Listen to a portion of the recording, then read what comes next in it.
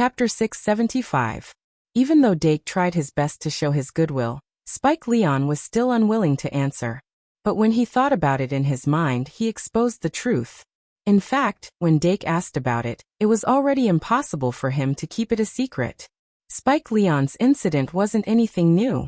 There was a demon residing in his heart.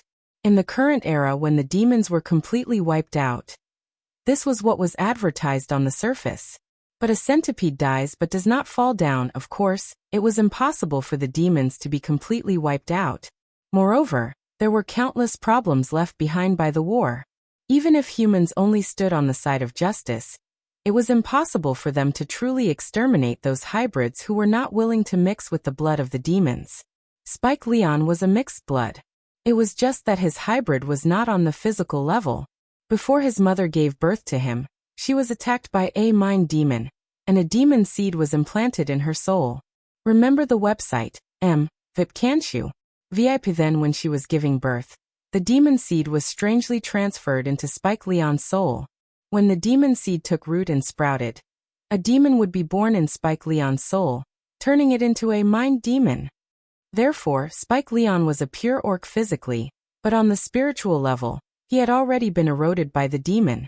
He belonged to the extremely rare soul hybrid. Fortunately, Spike Leon was only an insignificant 38th prince, and only had the most basic inheritance. But unless the first 37 princes all died, his life could be declared over when the demon seed was found. But even so, he was still discriminated against, and had always been bullied by those who knew. However, because he was an insignificant 38th prince, no one wanted to pay a huge price to help him get rid of the demon seed in his soul. What his mother could do was to find a way to completely freeze the other half of his soul, and send him to the Shung Malian Academy, which had always been the most tolerant towards hybrids. But being a demon and having a magical fairy as a demon were two completely different concepts. Spike Leon rarely enjoyed the beauty of academy life, and no matter what, he did not want to destroy this tranquility. You can leave first. After Professor Kazair asked Spike to return to the cubicle, he calmly explained what he saw. Half of his soul is a mind demon? Professor Shi-Erfu frowned and asked, Kazair, do you have any ideas? Professor Kazair shook his head and said, if it was when he was just born, I might have been able to remove the magic seed, but it's too late now. Half of his soul had been corroded by the demonic seed and turned into a mind demon. The method of freezing one's soul was only a temporary solution. The inner demon would break out of the ice one day. If we cut him forcefully, he will become a vegetable. Professor Shi-Erfu's frown deepened. Then wouldn't this Spike Leon be the best seedbed for the devils? Maybe. Professor Kazair was non-committal. There was another thought in his mind, but he did not say it out loud. If the mind demon, who spread the magic seed, happens to be one of the Demon King's resurrection vessels, then could the magic seed she spread also become the Demon King's vessel? But Dake hit the nail on the head. Professor Kazair sighed helplessly and said, although we don't fully understand the Demon King's resurrection mechanism, it is theoretically possible. There have been cases of Demon Kings being resurrected by the descendants of vessels. This means that this trait is heritable. That's really tricky. Dake could not help but say, the Demon King was not dead. Everyone present knew this fact. It was just that they were relatively optimistic about the Demon King's resurrection. After all, in the face of the threat of the god's resurrection, a mere Demon King could only enjoy himself. However, this was not a topic for entertainment for the person who became a vessel. The feeling that Spike Leon gave people was that he could be used as a vessel by a magical beast at any time. Kair, Professor Shi-Erfu asked, can you confirm if he was chosen by the Demon King? If the Demon King had a clear mind, of course, he would not choose an orc prince whose soul was half frozen. However, the Demon King's mind had a theoretical problem, so the probability of him being randomly resurrected was very high. Therefore, it was not impossible for him to be resurrected by an idiot. Although Shi-Erfu knew that the probability was pitifully low, he still asked for insurance. However, Professor Kazair shook his head again. Then we need to remove the seal on his soul. Dake agreed. But at least we can rule out the possibility that he is the breeder, right? That's true. Professor Kazair smiled helplessly. After all, he is sealed. Professor Shi-Erfu frowned and said, "We'll talk about Spike Leon later. Let's move on to the next one." When Julie Zephaniah was summoned, her head was still lowered. With her skinny body, she looked like she could be blown away by the wind. She looked very pitiful. All in all, her acting skills were perfect, without any flaws. Dake had been teaching first year for a long time, but he still did not realize her true nature. "Julie Zephaniah, sit down first." Julie Zephaniah carefully sat down on the chair. She did not know that she had been seen through, and she was still acting wholeheartedly. As professors, both Kazair and Dake did not think that it would be fun to directly expose her. Julie Zephaniah's hair was neatly combed, and her long reddish-brown hair was draped over her shoulders. Her face was slightly round, but it was quite cute. "Who is your teacher, Zephaniah?" Professor Katzer asked after observing Zephaniah for a while. Julie Zephaniah's eyelashes fluttered, and she clenched her fists nervously. She then said the names of the first-year professors in a soft voice. Professor Kazair tapped the table and interrupted her. "You should know what I mean." Julie Zephaniah quietly looked up and glanced at Dake Dimming before finally saying, "If you're talking about the professors outside of school, then I'm a student of Hidden Hand." Hidden Hand is actually his student? No wonder. Professor Kazair looked away. Professor Shi-Erfu said, "Do you have any proof?" Julie Zephaniah had no choice but to perform vanish into thin air in front of the professors. After she left, Dake asked curiously, "Who is Hidden Hand?" Professor Kazair explained, "He's a very famous thief during the war. His stealth skills aren't unparalleled in the world, but he's unrivaled among humans. Until now, no one has been able to see through him. However, I didn't expect that a student of a thief would be assigned to the Night Academy." "Thieves need to be bold and careful," Professor Shi-Erfu said. Professor Kazair smiled and didn't continue. In fact, Julie Zephaniah purposely restrained her thoughts when she answered questions. Perhaps she had more secrets that people didn't know about. After a while, the third person they paid attention to, the second-year White Gouda, finally walked out of the cubicle. Professor Kazair and Professor Shi-Erfu's expressions became serious. White Gouda was a very important person to pay attention to. It wasn't just because he was a hero's son. It was also because he had the orthodox Demon King's blood. Blood concubine. Ophelia Brad had once been embraced by the Demon King. Her body was injected with the Demon King's blood, and her blood was no longer pure. Naturally, the child she gave birth to would be the same. Logically speaking, blood concubine Ophelia Brad had already become one of the Demon King's vessels the moment she was embraced, and her child would naturally become the Demon King's vessel. The reason why Dake listed her as a key person to pay attention to was also because of this consideration. In addition, according to the original book of Harry Potter, the original protagonist Harry Potter was also one of the Dark Demon King's soul vessels while being the Dark Demon King's star. With this inference, it was basically correct.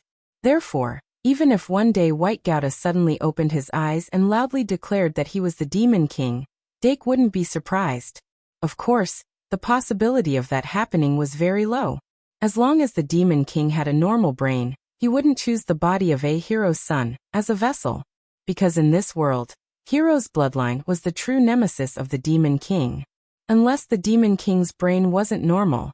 White Gouda sat down on the chair and looked forward. Unlike before, when only Dake was sitting on the chair, the presence of Professor Kazair and Professor Shi-Erfu made him feel a lot of pressure. Also, the fact that he entered the second round meant that there was something wrong with him. His heart was perturbed, and he felt a little nervous. White Gouda. Professor Kazair, who was sitting in the middle, called his name and slowly said, "Do you know why you were called here?"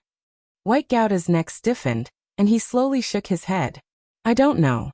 The golden light in Professor Kazair's eyes was restrained, but like the goddess of the mind's eye, he also saw the layer of fog that shrouded White Gouda's soul. However, that thin layer of fog couldn't stop him at all. He slightly said in a low voice, "You really don't have a clue?" White Gouda could only bite the bullet and shake his head again. He really didn't know, and he was confused about why he was selected for the second round. It seems that you really don't know. Professor Kazair took a deep breath and said, "You can go back now." Therefore, Werther God came and left with a dumbfounded expression, leaving with a dumbfounded expression. But to be honest, Dake was also a little confused. After White Gouda left, Dake said in a low voice, "Professor Kazair, did you see anything?" Professor Kazair turned to Shi-Erfu and nodded slightly. Professor Shi-Erfu immediately understood. She flicked her finger, and a wind blew in the room, creating a tighter barrier. Professor Li Li, who was sleepy, suddenly woke up. Li Li smelled the scent of a melon field. Professor Shi-Erfu glared at her and said, "Kazair, you can speak now." Professor Kazair said in a low voice, "About what Dake said before, the fog covering White Gouda's mind is just a layer of cover." "Huh?" The goddess of the heart turned around suddenly, looking unhappy. Professor Kazair continued, "Under that layer of fog, White Gouda's mind has been infiltrated by darkness." Dake immediately said, "Is it the Demon King?" Professor Kazair said in a low voice, "It's possible, but it's also possible that it's something on a higher level." Dake's pupil shrank, and he was surprised. Professor Kazair said, "But what I find strange is that his mind isn't controlled. It's as if some kind of pure dark energy has awakened in his body. Although it affects his mind, it's not to the extent of turning him into a demon." Professor Shi-Erfu frowned and said, "Is it good or bad?" "It's both good and bad," Professor Kazair said. "Maybe we should discuss it with Ophelia." Hearing this, Dake was also confused. If he was told directly that the Demon King was reborn in White Gouda's body, he wouldn't be so curious. But now, he couldn't help but want to dig out the secret. If that's the case, then Victor's basic knowledge of the brain fluid demon is also based on the influence of the dark element? Because it hasn't been controlled, and it hasn't been invaded by anything. What he knows is only superficial knowledge. Up until now, they had noticed a lot of things that they usually didn't pay attention to. But their initial goal had not been achieved. After they summoned a few spies for questioning, it was finally the turn of the fourth-year student, Cameron Macefield. Cameron Macefield had mastered extremely high-end spiritual magic, and when Professor Kazair mentioned that Vern Morse might become an idiot because of the brain fluid demon's implantation, his mind fluctuated intensely. Therefore, the possibility of him being a related person was very high. After he was summoned, Professor Kazair carried out further questioning. Dake listened carefully and realized that Cameron Macefield wasn't familiar with Vern Morse. And the reason why he was excited about the possibility of Vern Morse becoming an idiot was because he knew about the brain fluid demon and how it was born. Under the pressure of Professor Kazair, Cameron Macefield finally couldn't bear the torture of his mind and took the initiative to admit his mistake. "I picked up a book at the beginning of school in September," he said in a regretful tone. The book recorded a large number of cultivation methods for special demons, and one of them was the cultivation method for the brain fluid demon. In order to study the directional cultivation of those special demons, so as to refine the corresponding magic elf cards, I began to try to cultivate them. Good morning, good night. Chapter 676. Cameron Macefield was a very low-key person. He rarely appeared in public duels from his first year to his fourth year. But he was indeed outstanding, so much so that he gradually accumulated a reputation. If he could successfully graduate from the Shungmalian Academy, he would most likely become a research-type magus. Of course, this did not match his identity as a knight. But Cameron Macefield's courage could very well be displayed in other convenient ways, such as research. He was able to pick up a book written by an unknown author and cultivate demons according to the contents of the book. His courage was indeed not small. After the professors heard this, they all looked at each other. But Professor Kazair suddenly asked, "Then where is the book?" Dake suddenly realized something and looked at Cameron Macefield with a slightly strange gaze. Then he heard Cameron Macefield lower his head and say, "It's gone." "Gone? Do you think a book can grow wings?" Professor Lily giggled as she supported her face with her hands. 1 second to remember https://m. VIP can't you? VIP Cameron Macefield's face was ashen.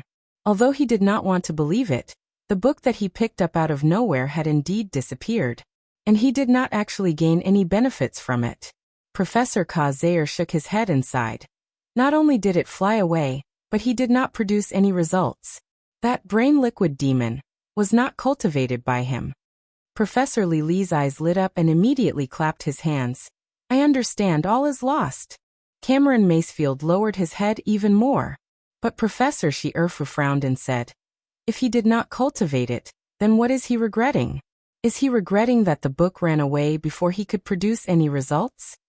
Professor Kazair looked at Cameron and said, you'll have to ask him.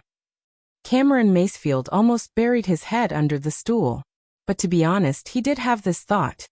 Under the gaze of Professor Shierfu, Cameron Macefield braced himself and said, in fact, my experiment only lasted for half a month before it ended. Most of the knowledge obtained from the book disappeared along with the book. Even the content copied in the notebook lost its core. The same goes for the research on the brain liquid demon. But I thought it would never appear again after it disappeared. I didn't expect that after 2 months, the brain liquid demon would actually be cultivated by someone and even hurt Senior Vern Morse. I'm really sorry that I didn't report this to the professors immediately. Professor Shierfu was slightly displeased. You didn't do it, and you didn't write the book. Why do you need to apologize? Why not think about where the book came from, and where it most likely went? Also, doesn't it have a title? Cameron Macefield pondered for a moment before shaking his head. I don't remember. Professor Shierfu frowned and said, even the memory related to the book's title disappeared with the book. What else do you remember that can be traced back to it? Cameron Macefield thought carefully. After a moment, his eyes suddenly lit up and he said, I remember now. It's not printed. It should be handwritten. Professor Shierfu and Professor Kazair looked at each other and said in a low voice, very good. Your information is very important. Can you deduce when the book was written? Perhaps there's something special about its handwriting? Cameron Macefield frowned for a moment before shaking his head and said, although it looks modern, it could also be set up so that everyone sees the most familiar words. Professor Shierfu nodded slightly and said, since it can erase the key to its existence, it must have extraordinary power. Perhaps it is some kind of creature. Speaking up to this point, his eyes flashed as he thought of a special demon, the book-eating demon. The book-eating demon fed on books. If the book it ate was the only one in the world or the source, it could completely erase the unique knowledge in it from the copies, thoughts, and so on. The phenomenon was exactly the same as what Cameron Macefield said about the book. After continuing the interrogation for about 15 minutes, Professor Shierfu let Cameron Macefield go after telling him not to reveal the information. Then the professors looked at each other and discussed. Professor Shierfu said in a deep voice, that book is the book-eating demon, or it's very likely that it was made with the skin of the book-eating demon. Professor Kazair said, but like the mind demon and the brain demon, the book-eating demon is also a demon that is theoretically extinct. Professor Shierfu said, since the author even knows how to cultivate the brain demon, it's not strange that he can cultivate a new book-eating demon. Dake put down his pen and said to the notebook, then let me summarize a little. Based on the known information, Cameron Macefield picked up the book from a window near Lover's Bridge on September 3rd, at the beginning of school. At that time, he stayed there for a while, but he didn't find the owner, so he temporarily brought the book back to the dormitory, and was going to give it to the professor the next day after school. But after he brought the book back, he had nothing to do and opened it to take a look. As a result, he was fascinated by it. We can say that the book has a special attraction that can induce people to read it. But considering that Cameron Macefield's mental strength is very strong, the probability of him being tempted is very low. Maybe he was just attracted by the content of the book. Just like he said, he wanted to use the book to study the directional cultivation of fiends. But not long after his experiment started, and he didn't even try to cultivate the brain demon, the book suddenly disappeared. Although he didn't say it, he must have tried hard to find it, and the result is obvious. Also, the book disappeared on the 18th of September. It's been exactly 15 days since he picked up the book. Here, we can say that 15 days is a special number. If the book has its own intelligence and disappeared on its own, it might have a 15-day probation period. And Cameron Macefield was not selected during the 15-day probation period. Dake paused for a while and took a sip of tea.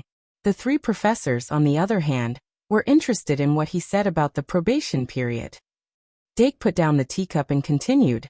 Cameron Macefield has mastered a very high-end mental magic, and this is what makes him different from others. If we don't attribute everything to the illusory fate, then the reason why the book chose him in the first place is probably because of this. But I personally think that the reason why the book chose to give up on him is also because of this. He has a very tight mental defense, so the book couldn't do anything to him. It couldn't control him or induce his thoughts, so it had to choose to give up after the 15-day probation period.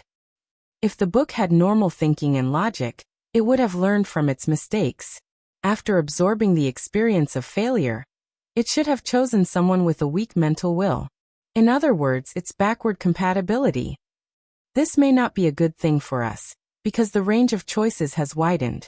Furthermore, if it has a complete control over the second target's thoughts, it can rely on the characteristics of the book-eating demon to at least partially edit the target's memories. I think everyone can foresee the result of this. There was a slight silence. Professor Shierfa said, in other words, the screening system based on mind reading may not have the desired effect. That's what I thought. Professor Kazair nodded slightly. Mind reading isn't omnipotent, and there are countless ways to avoid it. Once it's exposed, it will lose its effectiveness. Professor Lely suddenly shouted, but didn't we use this to find Cameron Macefield? Of course, this is an unexpected surprise. Dake said, there's also Spike Leon and White Gouda. If it wasn't for this screening, it would have been difficult to find the hidden dangers in their hearts. Don't forget, there's still one last key person who hasn't been reviewed, Professor Kazair reminded. Year 5 student Andrew Moraton, a rare magus. The strength of one's mental will can't be used to measure one's level. Since the book recorded the cultivation method of the special demon race, its purpose must be related to this. It should need someone with a high level of mental strength, but not outstanding. From the time Cameron Macefield was abandoned to the time Vern Morse was implanted with brain fluid demon. In other words, from September 15th to September 28th. Only 13 days have passed during this period. To be able to complete the research that Cameron Macefield couldn't complete in 15 days and successfully cultivate at least one brain fluid demon in 13 days, the person it chose for the second time must have an extremely high level of mental strength. And Andrew Moraton is a professional in this aspect. The professors discussed for a while and reached a consensus. Then Professor Shierfa summoned Andrew Moraton. Andrew Moraton was tall and muscular. At first glance, he looked like a bodyguard, but he was actually a wizard who was as meticulous as hair. Because he already considered that the memories of the person being screened might be partially edited, Professor Kazair was more careful in this screening. But Andrew Moraton didn't have any problems. The reason why he hid his identity as a wizard was surprisingly ordinary. It was just out of habit. His parents were both wizards, but they were the kind of rookie wizards who were only half-baked. Although they were lucky enough to obtain a wizard inheritance, their talent was too ordinary. At most, they could cook some strange plasters. They sold the plasters for money. But because of the stench and dirty appearance that couldn't be washed away because of long-term research, they were not popular. Only those who were troubled by poverty would suppress their disgust and come to buy their plasters. And Andrew Moraton grew up in this environment. Therefore, he innately felt that wizard was an unpresentable profession. Although he looked like a big guy on the surface, he had a deep sense of inferiority in his heart. Andrew Moraton, can I understand that you look down on your parents? Professor Shierfa's question went straight to the soul. Andrew Moraton was suddenly stunned, and then his face quickly flushed red. He was so ashamed that he couldn't suppress himself. There's no distinction between professions, Professor Kazair said in a gentler tone. Besides, wizard has never been a profession that should be despised. When medicine didn't form a system, wizard was the one who saved the most lives. You're already in your 5th year, haven't you read Wizard Chronicles? Andrew Moraton went away in shame. but his spine seemed to straighten a little. Is it him? After he left, Dake asked. But Professor Kazair shook his head and said, he has strong principles. Of course, Wizard was hated not only because of their external appearance. There were a lot of evil formulas in Wizard recipes. But Andrew Moreton never touched those things, which required a strong principle and will as the support. He wasn't someone who would be easily bewitched. He has to be of high quality, but he can't have strong willpower. How do we find such a person? Dake couldn't help but ponder. At first, he thought that there would be more people like this, but now it seemed that there might not be many. If he could search with these conditions, he might be able to limit the scope of the investigation to a very small circle.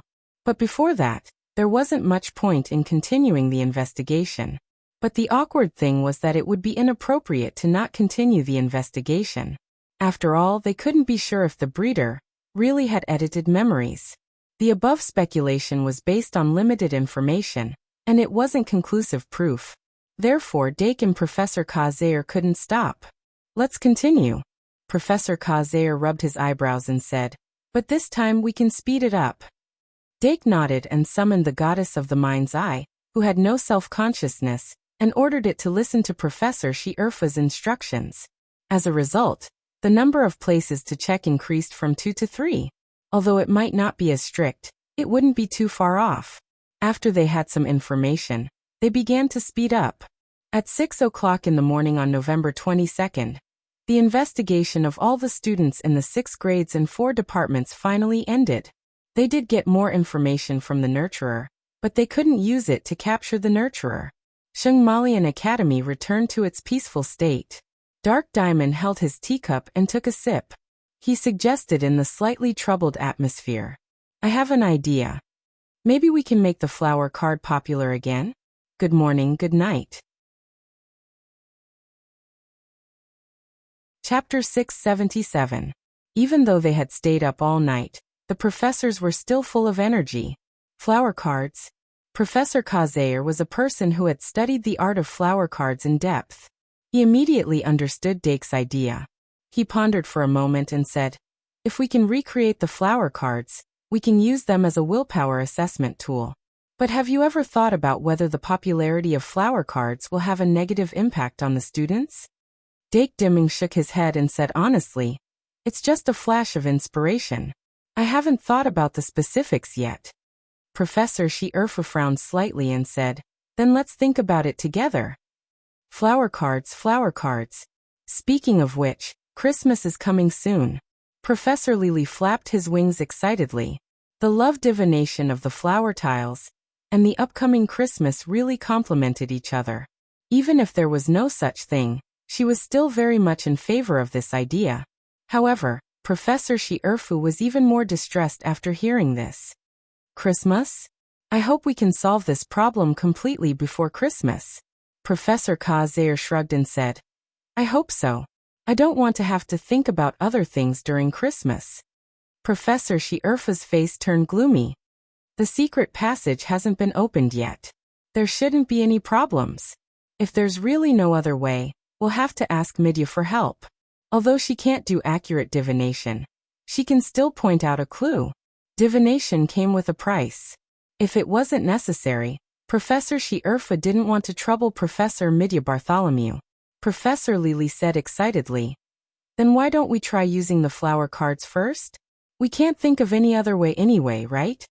Perhaps it was because Dake's methods had always been relatively successful. After some consideration, the professors agreed. Professor Kazair turned his head and said, since you mentioned the flower cards, you should have thought about how to make them, right? Dake immediately nodded and said, I've consulted Professor Midya's Love Magic Circle, and I have a complete idea of how to make the flower cards. However, I haven't tried it yet because my understanding of astrology isn't good enough. Professor Kazair thought for a moment and asked, then what about the core? You should know that the flower plate itself is just an external display device. Its true core is the original moon goddess statue. Now that the moon goddess statue has collapsed, how are you going to replace it? Well, if you don't have one, I actually have one here. Professor, I happen to have one, Dake quickly said. Professor Kazair was slightly stunned. He nodded and said, "That's good.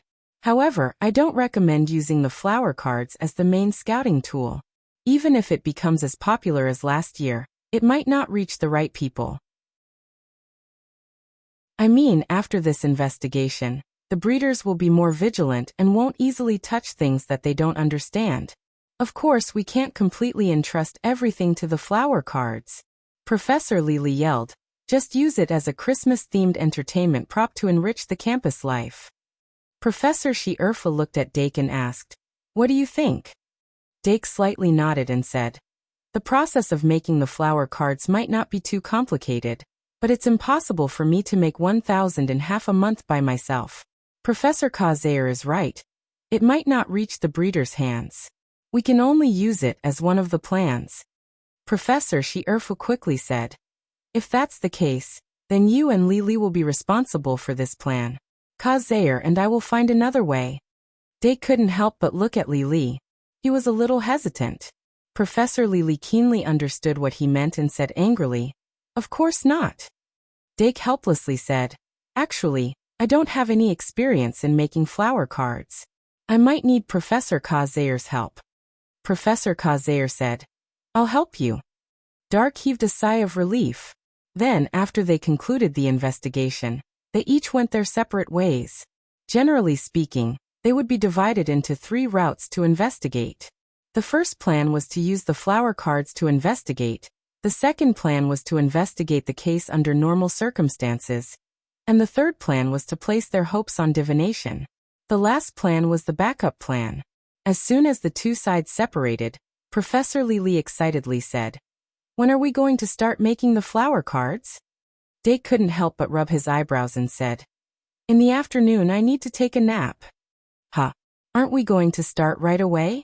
asked Lily. Dake sighed and said, "I'm just an ordinary human. I need enough sleep to stay in my best condition. Can we meet at 1 in the afternoon?" Lily immediately shook his head and said, "No, Dake. Can't we even sleep?" Professor Lily said, "We can sleep, but we can't meet at 1 in the afternoon." "Dake, huh?" Professor Lily was confused. "Why do we have to meet at 1 in the afternoon? Can't we just rest together? Do you need to eat breakfast?" Dake paused and said, "Let's not waste time. Let's get some sleep." Then he sped up and walked towards the aristocrat house's tower. But Lily suddenly grabbed his wrist and with a "Hey," she pulled him and instantly sped up. In just half a minute, they passed through the heavy walls and entered room 301. Dake didn't bother with Professor Lily anymore. He just lay on the bed and used Pride 2 to upgrade Little Devil Beast to 2 stars and obtain the ultimate skill Demon's Hypnosis. Then he pointed at his head and said, "Come give me one." Little Devil Beast was stunned for a while, but it still followed the order and used its ultimate skill. Dake closed his eyes and fell into a deep sleep. When Dake woke up, it was 11:30. He looked up at the clock on the wall and whispered, "I slept for a little over 5 hours. That should be enough." Then he turned his head slightly and saw Professor Lily sleeping soundly beside him. However, with the magic elves beside him, Professor Lily didn't turn into a pestering little devil. Instead, he slept properly.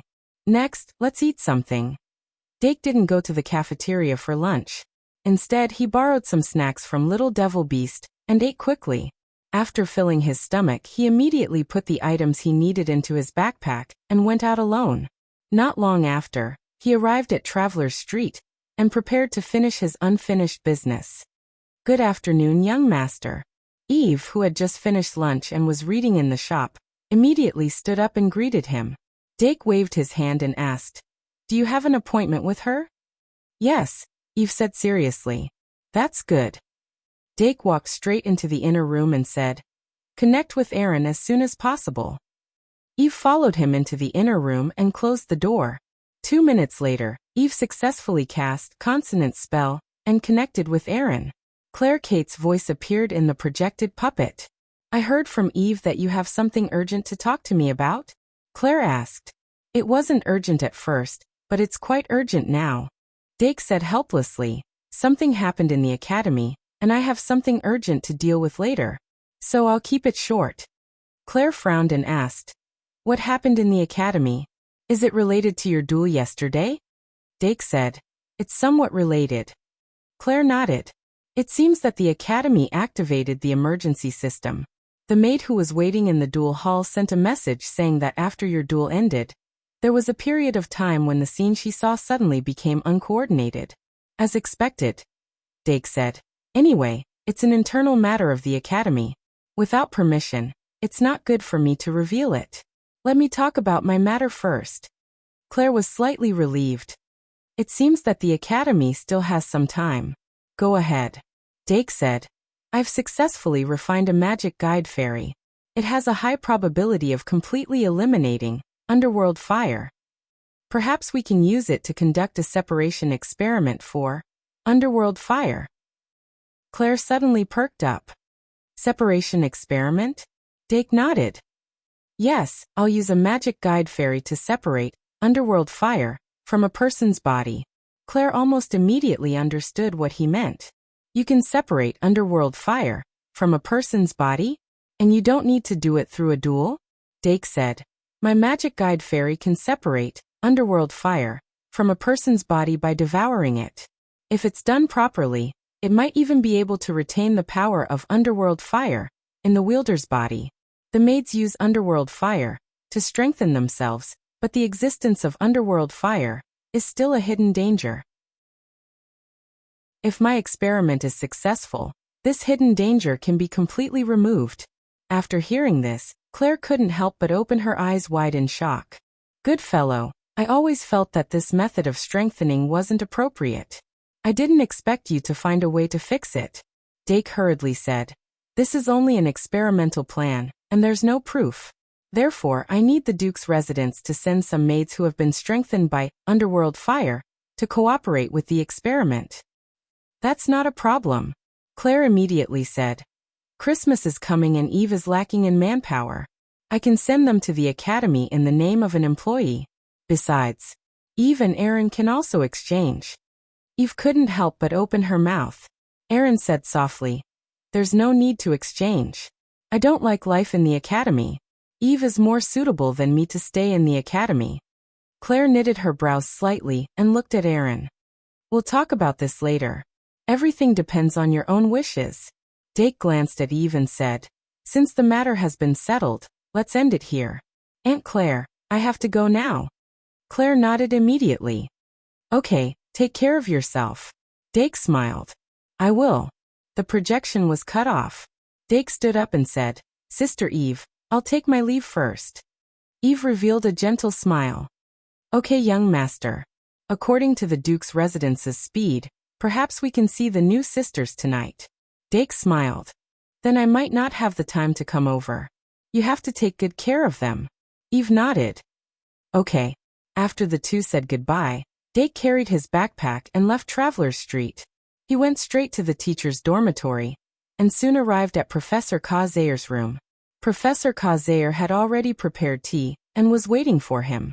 After he entered, he put down his backpack and immediately said, Professor, let's begin the experiment. Professor Kazayer smiled. How far have you prepared for the flower cards? Dake smiled. In fact, if it's just making ordinary flower cards, I'm quite confident. But what we need is a special flower card that can check one's will. If possible, it's best to collect information and determine if the user of the flower card has anything to do with the book. Professor Kazayer nodded. This isn't difficult. Dake said. Indeed. The divination of the flower card itself relies on the ability to extract a picture from the user's surface thoughts. Just like the book that the user has, because of this investigation, they will definitely be very concerned about it. Maybe what the flower card shows won't be the object of love, but the book. Professor Kazayer smiled. With a little adjustment, the probability can be raised to the limit. I will add a little positioning function to it, and when it retrieves the book, it will display a person's portrait on the card. That way, it won't be discovered on the spot. After Dake heard that, he gradually became excited. Then let's begin. He couldn't do what Professor Kazayer said at all. Now that he was participating in the experiment, he was sure to learn a lot of useful knowledge. Okay, Professor Kazayer said. Take out your terminal and let me see. Dake took out the moon god's soul eye and summoned it. With the appearance of the moon god's soul, Professor Kazair sighed slightly. So it really is it. I was thinking that this armed card of yours was made with the power of the moon god, right? Dake said frankly. I found the second moon god's temple in the secret passage. Professor Kazair carefully looked at the moon god's soul and praised. A real god's card. Then he looked away and said, if it's this god's card, it's indeed enough to be the terminal of the flower card. If I'm not wrong, it should have the characteristic of storing the power of the moon god, right? Dake nodded. Yes. Professor Kazair said. That's even better. There's no need for an external storage device. Saying that, he walked to the lab table and cleared it. He spread his hands and said, you do it. Dake was slightly startled. Me? Professor Kazair smiled. Yes, you do it. Dake pursed his lips and smiled. Then I'll do it. Dake Diming's accumulation was actually very sufficient. His talent in divination was also higher than he had imagined. Professor Kazair didn't even say much at the beginning. He just watched as Dake Diming quickly operated on the lab table. After half an hour, the first flower card was successfully produced. Although this flower card didn't have a finely carved card surface, the basic effect was very complete. It was basically the same as the flower card produced by the Marine Order last year. However, this wasn't enough. Good morning, good night. 17 days left. The small goal is getting more and more difficult. Because I can't go home yet, my condition isn't very good. Sigh, but I'll try my best to update. Around the 24th, the monthly ticket reward will be activated. Chapter 678. In the first round, both contestants did not display any outstanding battle tactics, but their summoning techniques and the strength of their magic cards left others in the dust. This was especially true for Pandora Doragon's Dragon of Compassion, and Noah Sharp's Dark Knight Dragon Magic Guide. These two 3-star magic guide fairies had basic attributes comparable to 4-star magic guides and extremely rare and practical sure-kill skills. If their stars were concealed, no one would think that they were merely 3-star. Dake thought quickly as he watched the duel. Under normal circumstances, it was extremely difficult for a sorcerer to refine a 3-star magic guide fairy of such strength. However, it seemed that the magic guide fairies of high-level duelists were generally of such strength. Is this the result of the second refinement? He could not help but ponder. Deconstructing an existing magic card, then adding new materials to refine it without damaging it was commonly known as the second refinement. Sorcerers used this method to make up for the flaws of the magic guide card, or to further enhance it. However, the application of the second refinement was very high-end. It required a professional understanding of the target magic guide fairy to have a chance of success. Moreover, once the refinement failed, the magic guide fairy card would be completely destroyed. The risk was so great that a normal sorcerer could not bear it. Remember the website, MVIP can't you? VIP considering that the refinement of high-star magic guiding fairies required more scarce resources and had higher difficulty, mages would generally limit the scope of second refinement to the first tier, and it was the type that had the directional refinement formula. Of course, there were also sorcerers who were very good at taking risks and had a deep understanding of the bankrupt and rooftop diving. They would do some very irrational things. Of course, Dake would not do that. However, the supermodels of the Dragon of Compassion and Dark Knight Dragon Magic Guide had further strengthened his determination to research the second refinement. However, he was not prepared to refine the existing Magic Guide fairy card a second time. That was a risk he could not bear. Refine a new Magic Guide fairy card using materials other than the Fruit of Great Sin, and then conduct research on it. This was the initial plan that he had formulated. The Magic Guide fairies refined that way would not have the initial spiritual intelligence. Unless he had a special method to extract and preserve the intelligence of a magic elf, he would never risk a magic elf that had already gained intelligence. The materials obtained from the dungeon adventure and the masquerade ball can be used. While Dake was deep in thought, the duel between Pandora Doragon and Noah Sharp had reached its climax. He gradually emptied his mind and focused on watching the duel. From the start of the first round, both sides' attacks and defenses were extremely tense, so dense that it made it hard for one to breathe. Powerful magic, exquisite tools, and a secret ritual that was impossible to guard against. With the help of so many kinds of magic cards, the intensity of the battle rose sharply.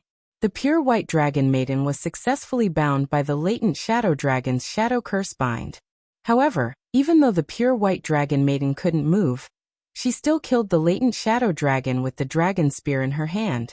At the beginning of the second round, Noah Sharp activated the secret ritual card called Black Dragon Sacrifice, and relied on the death of the two black dragons in the field, the Dark Night Dragon and the Latent Shadow Dragon, to complete a special ritual summoning.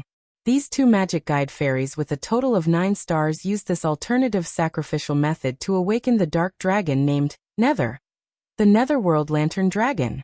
That was the absolute trump card in Noah Sharp's hand other than the Redridge Black Dragon. It was easier to summon than the Redridge Black Dragon. Although its initial strength was slightly inferior, it had a killer skill, the Netherworld Lantern, which gave it a natural advantage in the field.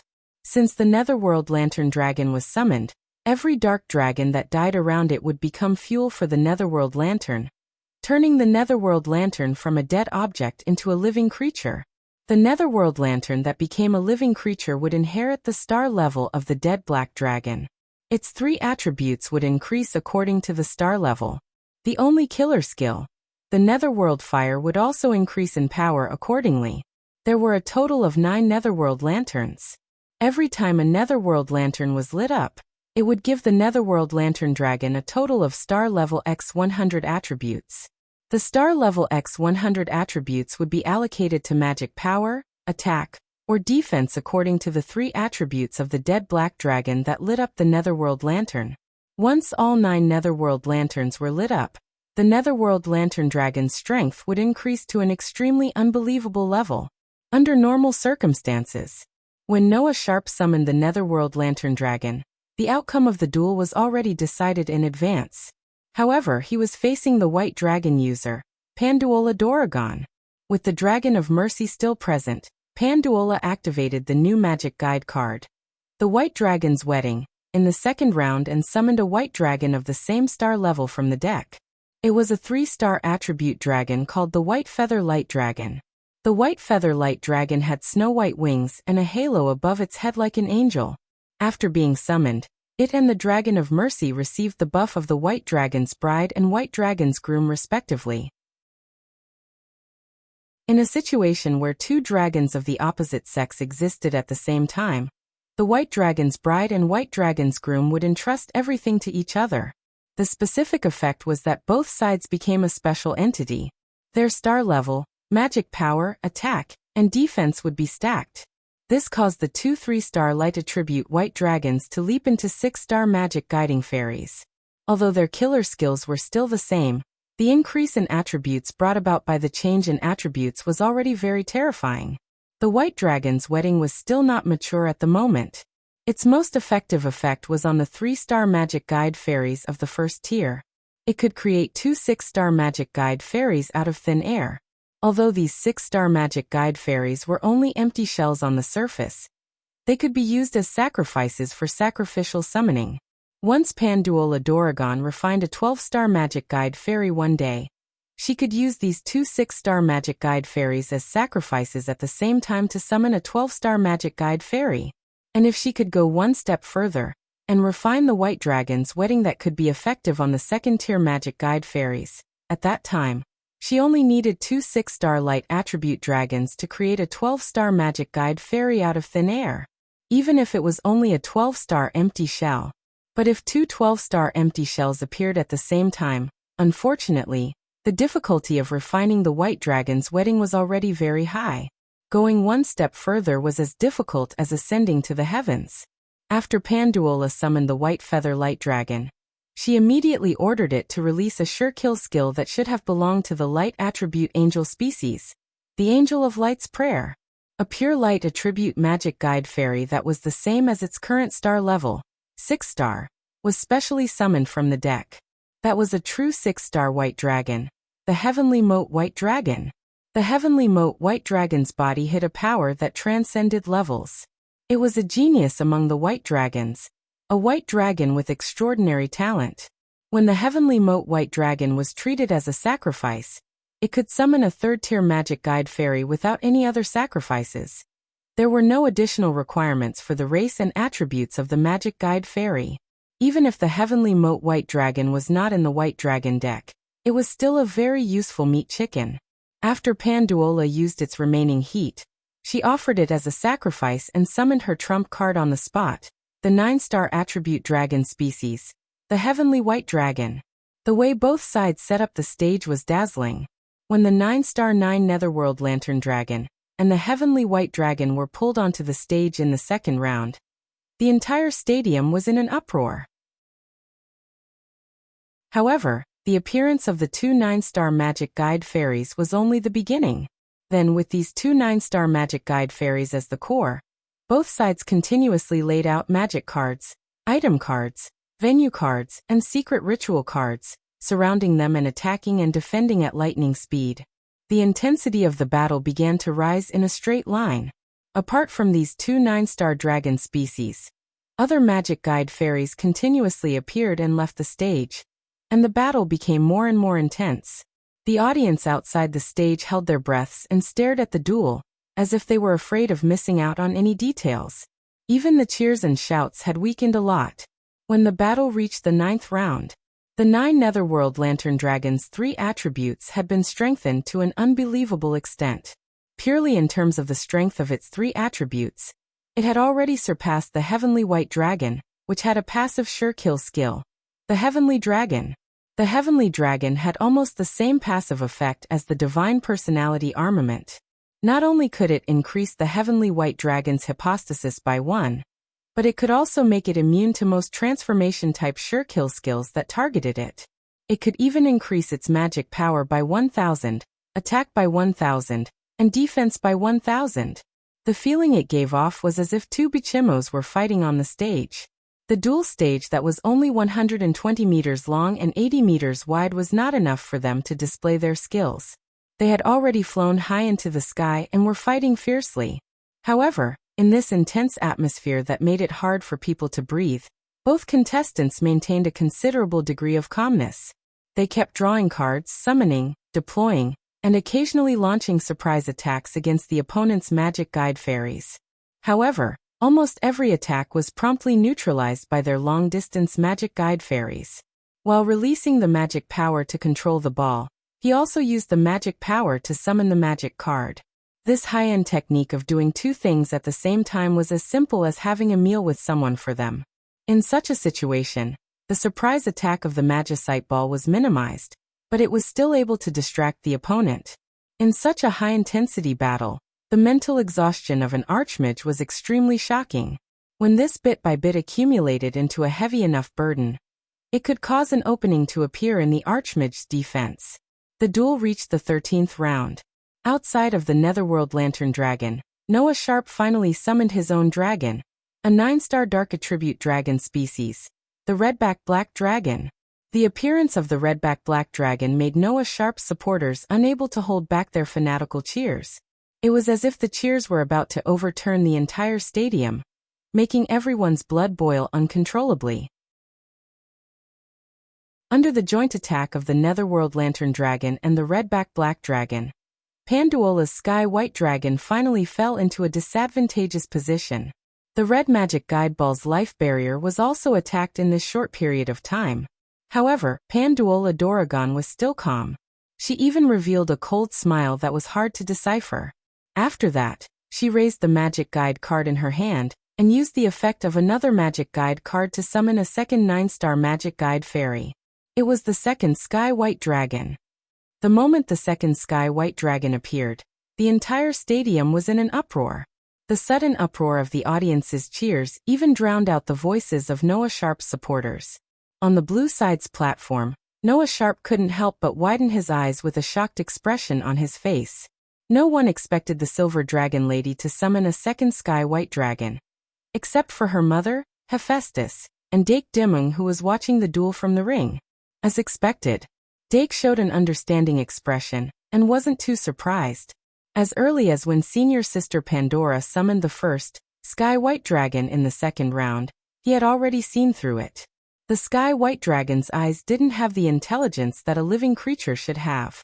The second Sky White Dragon that he had summoned was the one that he had truly unlocked its intelligence. As for why Pandora only asked him to help her awaken the intelligence of one of the two white dragons when she already had two of them, Dake thought for a while, and guessed correctly. Since the original game referenced Yu-Gi-Oh in its gameplay, it was highly possible that the White Dragon of the Sky was based on the Blue Eyes White Dragon. Since that was the case, the Sky White Dragon was highly likely to be one of the materials for fusion. 3 blue-eyed white dragons could fuse into a blue-eyed ultimate dragon. Then, the 3 Sky White Dragons should be able to fuse into a 3-headed Sky Ultimate Dragon, just like the 3 blue-eyed white dragons. After all, having 3 heads was different from having one. If the 3 Sky White Dragons had intelligence, they would be assigned to 3 heads after fusion, and there would be problems with coordination and unity. In that case, it was better to activate the intelligence of one Sky White Dragon. However, Dake guessed that Senior Pandora hadn't summoned the 3rd Sky White Dragon yet.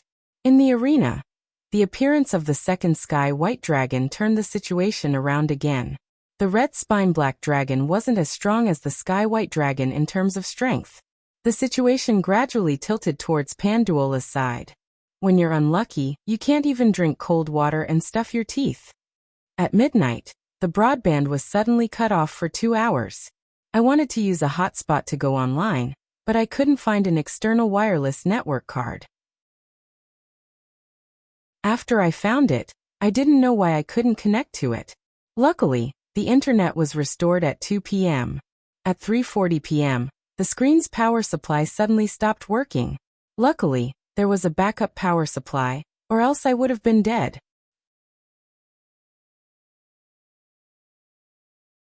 Chapter 679. Since he had already said that, Dark naturally wouldn't pursue the matter any further. He sat in the shop for a while, and asked about what was happening in the Duke's mansion. Then he brought Josie to buy some daily necessities. The 2 maids came here on the same flying dragon, so they didn't have much luggage and didn't plan to stay in the academy for long. As for where they lived, they would stay with Eve in Claire's dormitory. Since they were both in the academy, it was convenient for them to experiment. When they returned from shopping, it was almost 6 in the evening. Dake had a better understanding of the situation in the Duke's mansion from his conversation with Josie. The groundbreaking use of the underworld fire had caused the overall strength of the maid corps to increase universally. And Josie and Nai were the best of the best. Both of them were the top powerhouses in their respective fields, but they couldn't improve because of their lack of magic power. Now that they had the underworld fire as a medium, their magic power finally broke through their own limits. With the help of the armed card personally refined by Arvet, they were not inferior to the famous heroes during the war. Remember the website, Vipkanshu. 6 among them, Nai, as the combat maid of the Scorpio Palace, was more proficient in magic power manipulation, so she could still control her magic power after the surge. On the other hand, Josie had received more magic power than her, so she couldn't control it at all. She was constantly emitting a terrifying aura, like that of a magical beast. If it wasn't for the magic control device on her neck, she would have frightened many flowers in the greenhouse. At 7 in the evening, the people in the Travelers' Street gradually gathered at the Gourmet Street, and the number of customers in the branch gradually decreased. Dake ordered Eve to temporarily close the shop, and brought them to the restaurant that they had booked in advance for dinner. After entering the private room and sitting at the dining table, Josie and Nai were slightly reserved. Although Dake Dimming didn't put on airs, his attitude made them feel pressured. Fortunately, Professor Lily was there to liven up the atmosphere, so Josie and Nai gradually relaxed. Nai obviously noticed that her pretentious attitude during the day wasn't pleasing, so she restrained herself a lot at night and became serious. Josie, on the other hand, was the same on the outside. The 2 maids showed completely different personalities. One was full of schemes, the other was simple. But Dake didn't dislike either of them. If one wasn't scheming, they wouldn't be able to be an assassin. After dinner, Dake went straight to the point. Xiao Qian and Nai Nai weren't here to have fun, so they were very cooperative. Eve originally wanted to return to the shop to continue her business, but Dake felt that she would need the underworld fire in the future, so he called her over. After that, the group left Traveler's Street and returned to the teacher's dormitory. After Professor Lily entered the dormitory, he flew back to his own dormitory while humming a tune. Dake and the others went to Claire's room and locked the door. Then Nai Nai nimbly set up a barrier in the bedroom. Underworld fire was a secret to the Duke's mansion. When everything was ready, Dake used illusory beast, Ibu, which didn't have sentience, to summon Death Coffin from the living room. As Death Coffin appeared from the sacrificial summoning array, Xiao Qian and Nai Nai instantly focused. They clearly felt an aura from Death Coffin that was of the same origin as underworld fire. This is the magic elf that young master was talking about? Nai Nai looked up, her face full of fear. This wasn't a magic elf, it was a huge coffin. If not for the fact that the coffin was pink and had a strange girlish feel to it, she would have subconsciously shrunk back into her shadow. But she was quick-witted, and she almost immediately figured something out. She turned to look at young master, her face pale. Wait, young master, the method you mentioned to extract underworld fire. Don't tell me it's... This was it, it couldn't be. Dake narrowed his eyes and smiled. Don't worry, it won't hurt. Who's afraid of pain? Nai Nai's eyes widened as she cursed in her heart. She suddenly realized that young master wasn't cute anymore. Meanwhile, Death Coffin, which could finally come out for a breather, let out a joyful cry and pounced toward Dake. Fortunately, it was slow enough, and Dake was prepared, so he didn't make a fool of himself in front of the maids. Dake grabbed Death Coffin as shadow tentacles and said to Nai Nai and Xiao Qian, "So who's going first?" Dace. Death Coffin was more than 2.5 meters long, and it looked especially big indoors. Its 4 shadow tentacles were waving around, and it looked terrifying. Although Xiao Qian wasn't afraid of this, she still looked troubled. With her height and body size, wasn't the space inside Death Coffin a little too narrow? But the maids of Lion Palace were never afraid, so she was the first to step forward. "I'll try first." "Very good," Dake praised. "I'll make Death Coffin move slower. If you feel uncomfortable, just knock on the coffin lid. It'll open the lid immediately." Death Coffin could lock the target inside, devour their soul, and convert it into magic. Although underworld fire wasn't a living creature, it had characteristics similar to a soul, and its quality was extremely high. Thus, it could be converted into magic. But it was only a magic elf after all. Even if it had intelligence, Dake couldn't be sure if it could differentiate the different souls inside its body. If the souls of the maids locked inside were also devoured when underworld fire was devoured, then it would be putting the cart before the horse. Thus, this experiment wasn't completely without danger. In general, there were 3 main goals for this experiment. The first goal was to see if Death Coffin could differentiate the different souls and only devour underworld fire without harming the human soul. The second goal was to see if Death Coffin could eradicate underworld fire. The third goal was to see if the power the maids obtained from underworld fire would disappear after it was eradicated.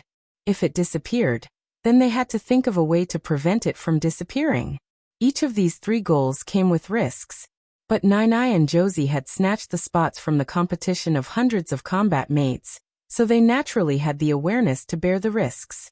Under Dake's signal, Josie walked to Death Coffin, then took a deep breath and said, "Come on." Dake nodded slightly and signaled for Death Coffin to open the lid. Dace, Death Coffin blinked, then suddenly reached out with foreshadowy hands, grabbed Josie, opened the lid, and pressed it hard into its body. Of course, it couldn't be pressed. Josie stood in the same spot, unmoving like a rock. Death Coffin's expression stiffened, and its eyes were filled with dejection from the failure of its prank. Looking at this scene, Eve covered her mouth and chuckled. Dake said helplessly, "Be more serious." Dace, Death Coffin, which was even more dejected after being reprimanded, finally stopped playing around. Dake sized up Death Coffin and Josie, then suddenly felt that something was wrong. After a while he said, "Why don't you lie down?" Thus, the death coffin went from a standing position to lying flat, finally looking a little like a coffin. Josie opened the lid and took the initiative to step in. Like a princess waiting for her prince to kiss her, she folded her arms in front of her chest and lay down nervously. Even though she was very big in all senses of the word, the death coffin was spacious enough that she could even flip over slightly. Dake thought for a while, then took out a pillow from the room and placed it on her. "How do you feel?" "Not bad." With a pillow, Josie did feel much more at ease. Dake said, "Then let's begin." Just as he finished speaking, the death coffin's lid closed with a paw sound, and then a faint netherworld aura was emitted. Dake immediately realized that the death coffin had begun its operation. Nine and Eve, who were watching from the side, also looked slightly nervous. After that, no one spoke. Everyone was waiting quietly.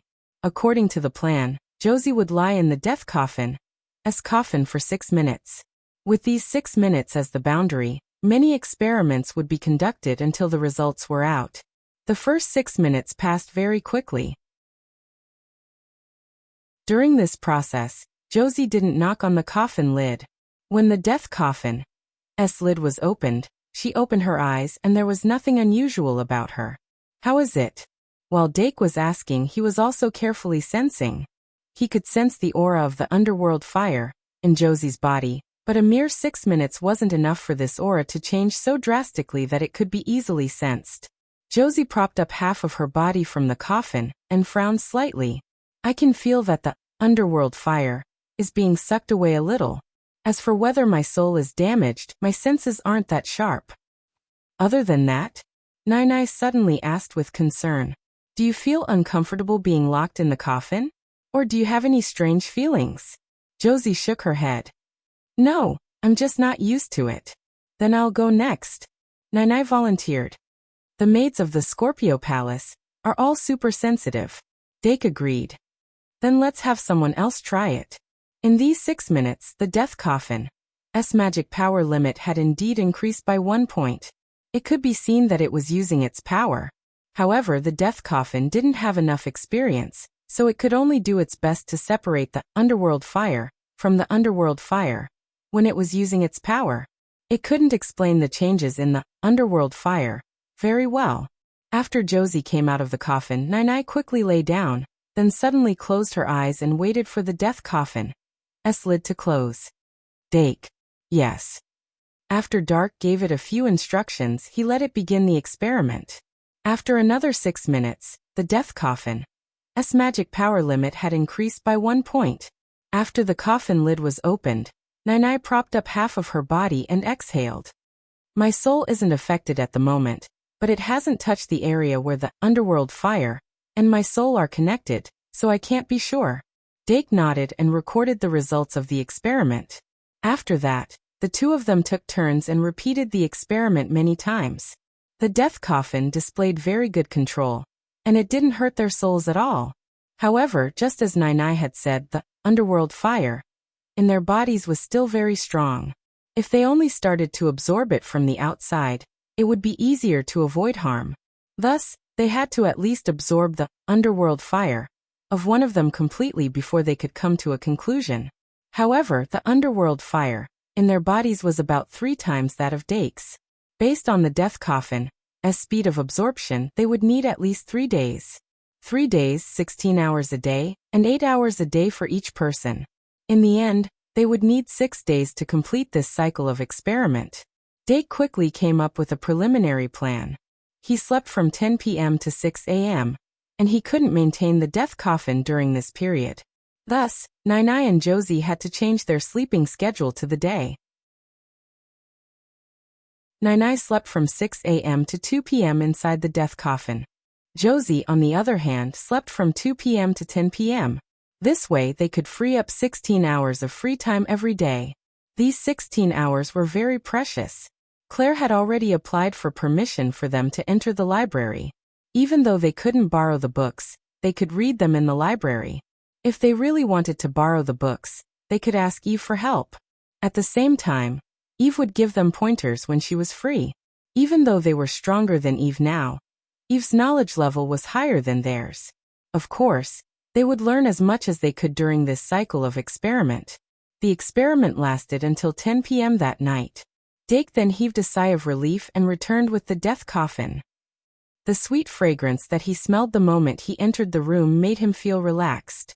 However, in order to finish the experiment as soon as possible, he sped up. Within an hour, he finished eating supper, washing up, and practicing the underworld magic before falling asleep. At 6 a.m. the next day, he quickly left and entered the teacher's dormitory to continue the experiment. As the death coffin became more familiar with the two maids, Dake prepared to let them contact the death coffin themselves and record the experiment results. Nai only lay in the death coffin for 5 hours before coming out.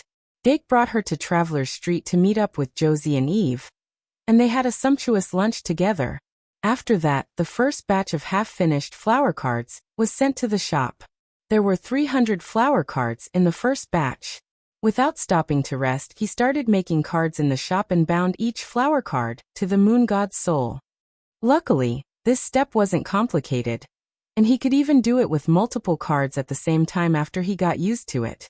Thus, he spent more than an hour to activate and bind all 300 flower cards. Then, he started selling them directly in the shop.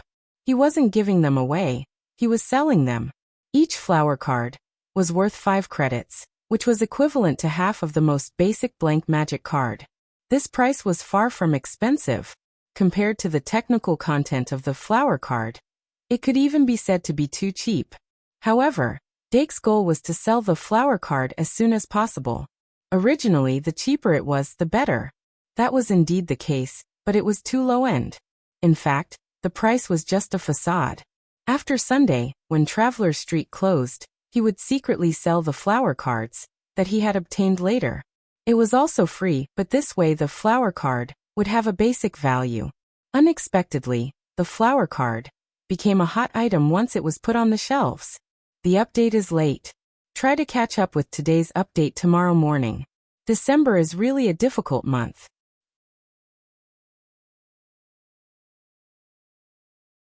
Chapter 680. They're selling so fast. Professor Lily suddenly appeared in the afternoon and sat behind the counter like a boss. He looked at the flower cards on the shelf disappearing at an extremely fast speed, and couldn't help but sigh. Maybe it's because last year's flower cards already had a basic user base? Dake was a little confused. Or maybe it's just because Christmas is coming. In any case, the flower cards were indeed selling well. And from the looks of it, the first batch of 300 flower cards were not for sale at all. Normally, even if every student bought a flower card, they would only be able to sell 1,000 copies at most. However, the students of Shangmalian Academy were never normal.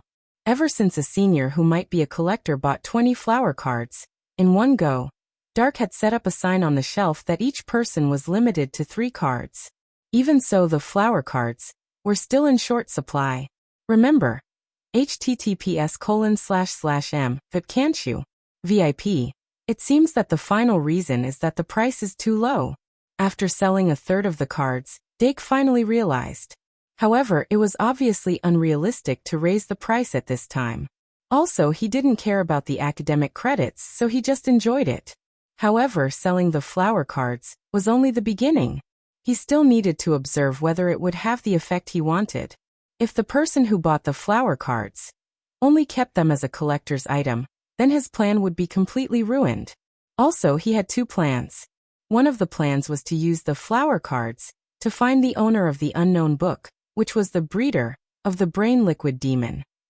The second plan was naturally to harvest bliss. After selling a third of the flower cards, he finally couldn't help but summon the moon god's soul to his side. After the moon god's soul appeared, it had a serious look on its face. It was very different from its usual attitude. Dake's heart suddenly skipped a beat. He asked, "How is it going?"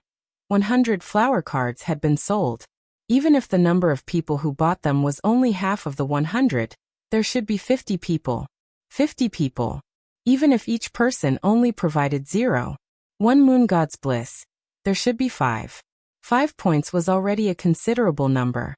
However, in response to Dake's question, the moon god's soul suddenly became excited and said, "It's been too long. It's been too long.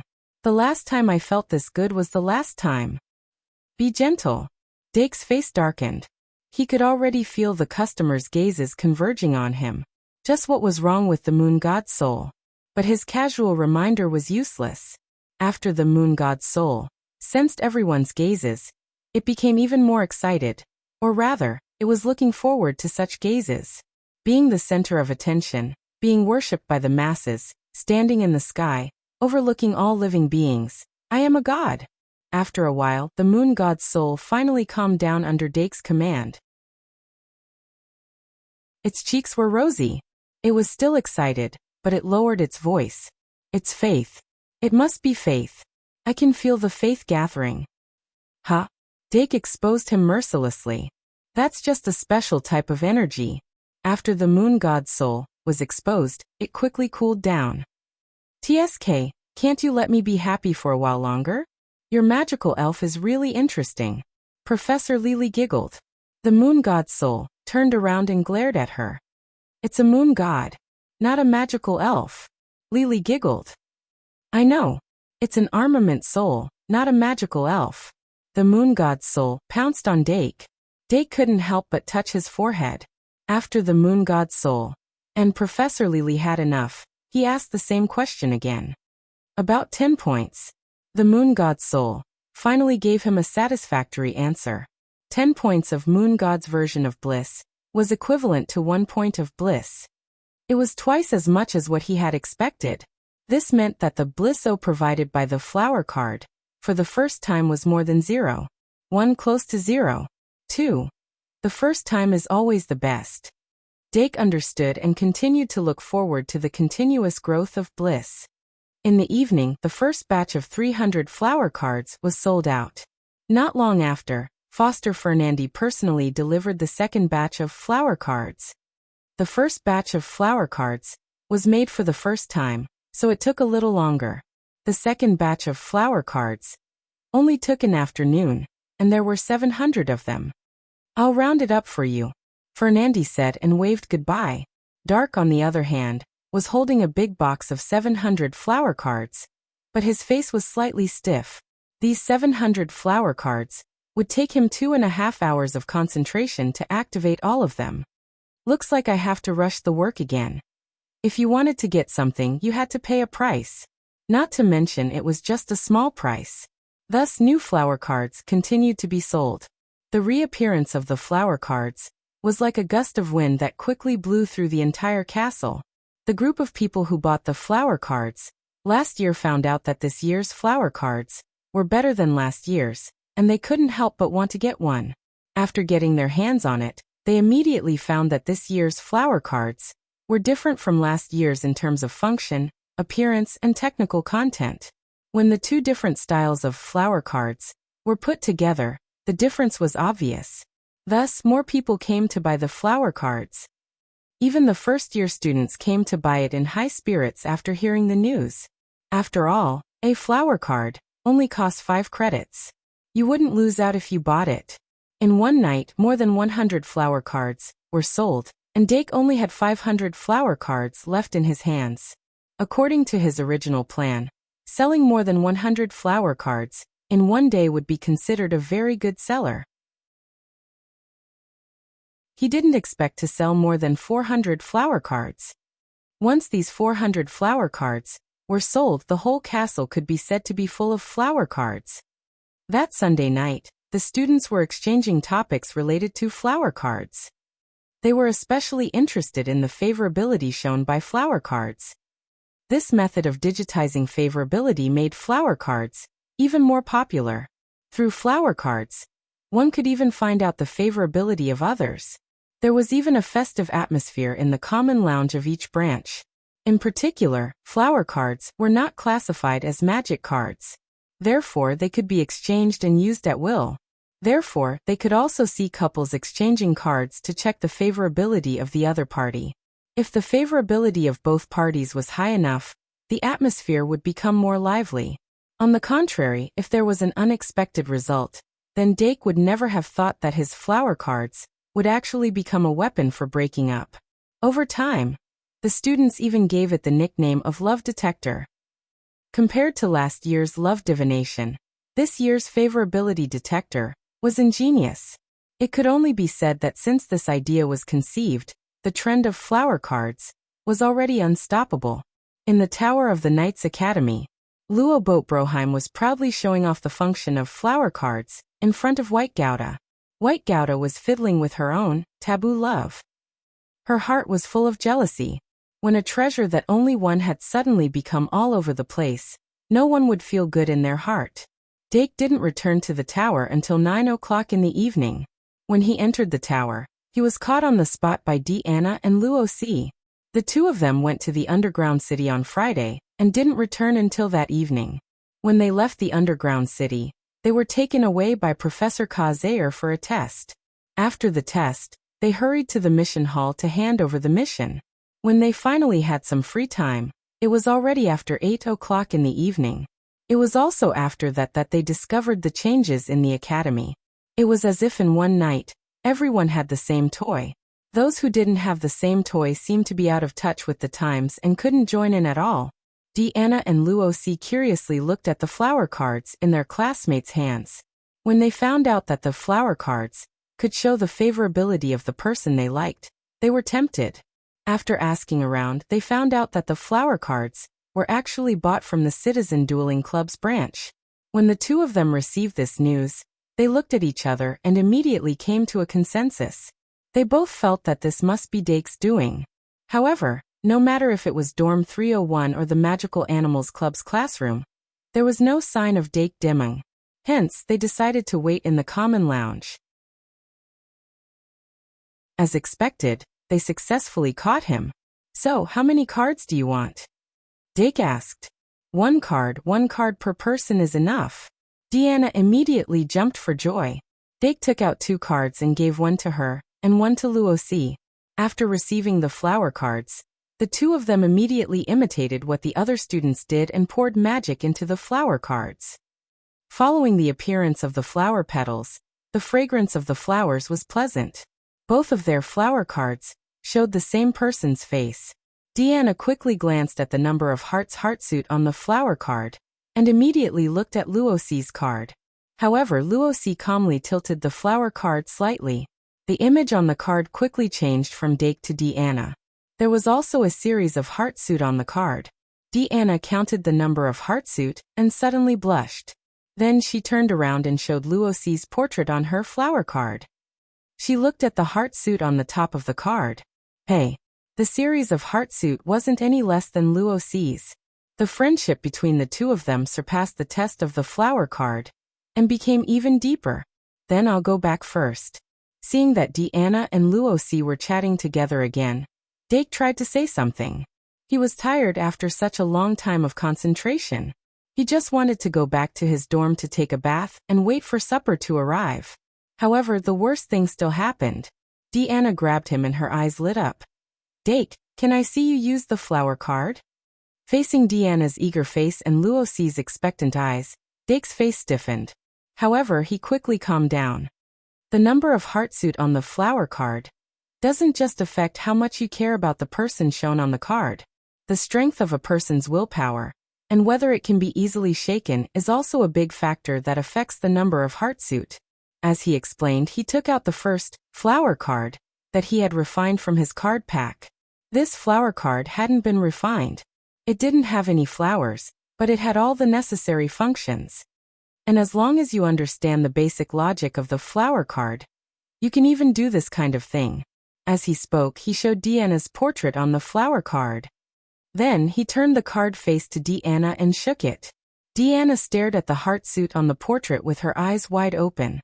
Suddenly, she saw the heartsuit flickering like a neon light. It jumped back and forth between 1 heartsuit and 12 heartsuit. How can it be like this? Deanna was not happy.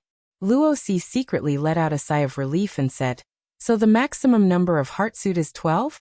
I thought." Dake took the opportunity to put away the flower card and said, "Under normal circumstances, 9 heartsuit is the limit. The extra 3 heartsuit is just to increase the limit." Then he yawned very naturally and said, "I have to go back. I'm so sleepy." "Okay." Luo C raised her hand and whispered, "Good night." Good night. Dake nodded slightly. Ah. Good night. Deanna also agreed. Thus, Dake took the opportunity to slip away. It's dangerous enough. Dake pushed open the door and finally returned to his dorm. The catnip grass that greeted him warmed his heart. Fairy Ibu, who had a flower card on her ribbon antennae, made his heart turn cold. What a mistake! All day long, one would be pecked by the goose. Dake Dimming didn't expect that this flower card would become a prison for him before it could be used. He suddenly felt that he had dug a big hole for himself to jump into. He didn't know where the magic elves at home got their flower card from, but they all stared at him with their eyes wide open. And when Aurora, who was carrying a tray, knocked on the door and entered, suddenly took out a flower card, Dake couldn't help but smile bitterly. Aurora wasn't as easy to fool as Deanna. If he wanted to use science knowledge to get through this, it was definitely impossible.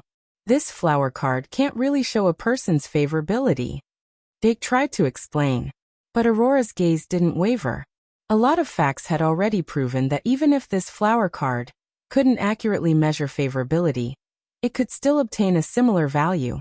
And as long as one knew a little about mathematics, they would know that even if looking at the heartsuit number alone wasn't reliable, but if they compared the heartsuit number of people displayed on the card, for example, if Dake used the same flower card, and the card showed that Deanna's heartsuit number was 7, he could use this as a reference to compare the heartsuit number of other people.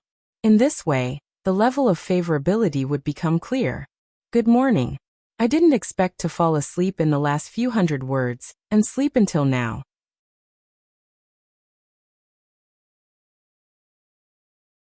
Chapter 681. Now that things had come to this, there was no point in continuing. Moreover, he had received a gift from Lu Zhou. Dake took a sip of the chicken soup and smiled helplessly. Since you want to know, let's take a look together. In fact, since he had refined the first flower card yesterday, he had only looked at his favorability towards Professor Kazair. His purpose was only to test whether the flower card was useful. This was because he did not think that the favorability displayed by the flower card had any practical significance, because its core essence was not the attention level. It was just a tool to test one's willpower. If one's willpower was strong, one would not be easily tempted, and the favorability level would be low. This was obviously unreasonable. Even if Professor Kazair added a few conversion formulas, it was only to make it as realistic as possible. In the end, it was just a false advertisement set up to make the flower card popular. In addition, because the strength of a human's willpower would change greatly with time, one's own condition, the surrounding environment, and other factors. First website. https://mvipcanchu. VIP. Therefore, the favorability displayed for the same person at different times would be different. This seemed to be more similar to the favorability of a real person. However, all of these arguments were meaningless in a single comparison experiment with fixed preconditions. The so-called strength of one's willpower could be completely understood as the fluctuation of one's emotions. And Aurora had already seen through this point. Let me take a look. After Dake drank more than half of the chicken soup in the bowl, he took out the uncarved flower card. Aurora immediately moved behind him and stared at the face of the flower card like a ghost. It was easy for Dake to control the portrait and heartsuit displayed on the card. However, he did not do so at this time. With the infusion of magic power, the face of the flower card naturally displayed a person that both parties were very familiar with. It's Auntie Yvette. Everyone knew that Dake Dimming was his mother's little baby. Aurora did not feel that she could replace Yvette's position in Dake's heart. However, Yvette's heartsuit could be used as a reference. Her gaze quickly landed on the top of the portrait. There were a total of 8 heartsuit. Dake's willpower had been tempered, and under the circumstances of knowing the principle beforehand, it would not be easily shaken. To be able to display 8 heartsuit in the flower card was already incredible. After all, even after he recovered his memory, Kazair, the professor he had built up his deep trust through countless examples, only had 7 heartsuit. Professor Kazair's formula will allow the number of heartsuit to be adjusted according to the person the holder cares about the most. Therefore, There is no guarantee that there will only be 2 or 3 heartsuit favorability towards the person you like. Dark added a few more words as he spoke. The main purpose of distributing the flower cards is to filter out the cultivators of the brain fluid demon. Aurora already knew a little about the specifics of the matter. She nodded slightly and asked, "Did you find it?" "Of course it will take some time. If I were the cultivator, I wouldn't easily come into contact with this kind of unknown item after going through a major investigation. However, with the current trend, as long as he doesn't cut off his social connections, it's only a matter of time before he comes into contact with the flower card." Dake sighed. The flower card, as rapid popularity had its pros and cons. He originally wanted to sell more flower cards, without leaving a trace after selling more than 100 of them. Now that everyone's eyes were on the flower card, some of the preset methods were not easy to operate. "Why don't we just put it at the entrance of the cafeteria and let people buy it?" Dake muttered and said again. "How much favorability do you have for Mayor Mordilfully?" Aurora handed the flower card, with a blooming pink flower, to Dake. The appearance of Mayor Mordilfully, who was as dazzling as the sun, appeared impressively. She even crossed her arms and smiled. Dake quickly saw the 9 heartsuit on the card and sighed. "One more than me." As he spoke, he tapped the flower card in his hand. Yvette on the card gradually retreated, and Aurora's appearance slowly took shape. Aurora's gaze moved slightly, and she watched closely. To her, this moment was also the moment to evaluate the value of her efforts all this time. 1, 2, 3, there are 6 of them. She quickly counted in her heart, and the morning glow quickly reflected on her cheeks. It was only 2 less than the number of heartsuit that Dark had given Yvette. This made her very happy. From June until now, she and Dake had really known each other for less than half a year. This result showed that she was attractive to Dake Dimong. "Keep up the good work, Aurora," she quietly said to herself, giving herself affirmation. After honestly showing the number of heartsuit to Aurora, Dake took the opportunity to put away the flower card, and then asked, "What about you?" Even Dake wasn't stupid enough to show his favorability to a woman other than his mother in front of a woman. After that, Aurora also showed him her favorability towards him. That was 7 stars more than him. 6 divided by 8 was 0. 75. 7 divided by 9 was about 0. 78. In a sense, Aurora cared more about Dake than Dake cared about her. But how could it be compared to June? Dake's favorability towards Aurora in this half a year definitely increased, more than Aurora's favorability towards Dake in this half a year. This was because Aurora's preset value towards Dake was very high, and Dake's basic value towards Aurora was relatively low. Moreover, it wasn't a joke for a woman to chase a man. Dake Dimong wasn't a rock, so how could he not care about a girl who was so close to him? In short, after this comparison, Aurora was filled with joy, and Dake was filled with chicken soup. But the hellish test was still to come. Aurora didn't continue to ask him to show his favorability to other girls. That was something that needed to be done after both parties had established a relationship. But the magic guide fairies didn't care about this. After Dake sent Aurora back downstairs after saying goodnight to each other, Fairy Evie, who had been impatient for a long time, pounced on him again. Okay. Dake hugged him and closed the door. Fairy Evie immediately threw the flower card at his face. Dake had already looked at it countless times when he entered the door. That flower card displayed a terrifying 10 heartsuit. This terrifying number broke the theoretical limit, and even the other magic guide fairies couldn't jump up. Perhaps this is Bliss, as magic guide fairy. Although Fairy Evie would sometimes do things that made him angry because of his personality, no one would dislike a treasure that unreservedly displayed its love for him. Dake returned to his seat and placed Fairy Evie on his knees, gently kneading him. Meh, Fairy Evie immediately let out a comfortable cry, and the other magic guide fairies living in the dormitory quickly noticed. But under the pressure of Fairy Evie's 10 heartsuit, even the magic guide fairies with 9 heartsuit were embarrassed to show themselves. The little fiendish magical beast secretly hid his flower card under his pillow, too embarrassed to speak. It had a total of 8 heartsuit for Dake's favorability. But in front of Fairy Evie's 10-heart suit, this 8-heart suit that was already very high seemed so low. And the Dilu beast, who was leaning against the headboard and reading a book, also used a book to cover his face. Although the number of heart suit displayed on the flower card was due to various other factors, at this time, it couldn't compare to Fairy Evie. It boasted that its loyalty to Dake wasn't lower than Fairy Evie's, but the number of heart suit displayed on the flower card was only 8. This couldn't even compare to the loathsome latecomer, Fox Beast.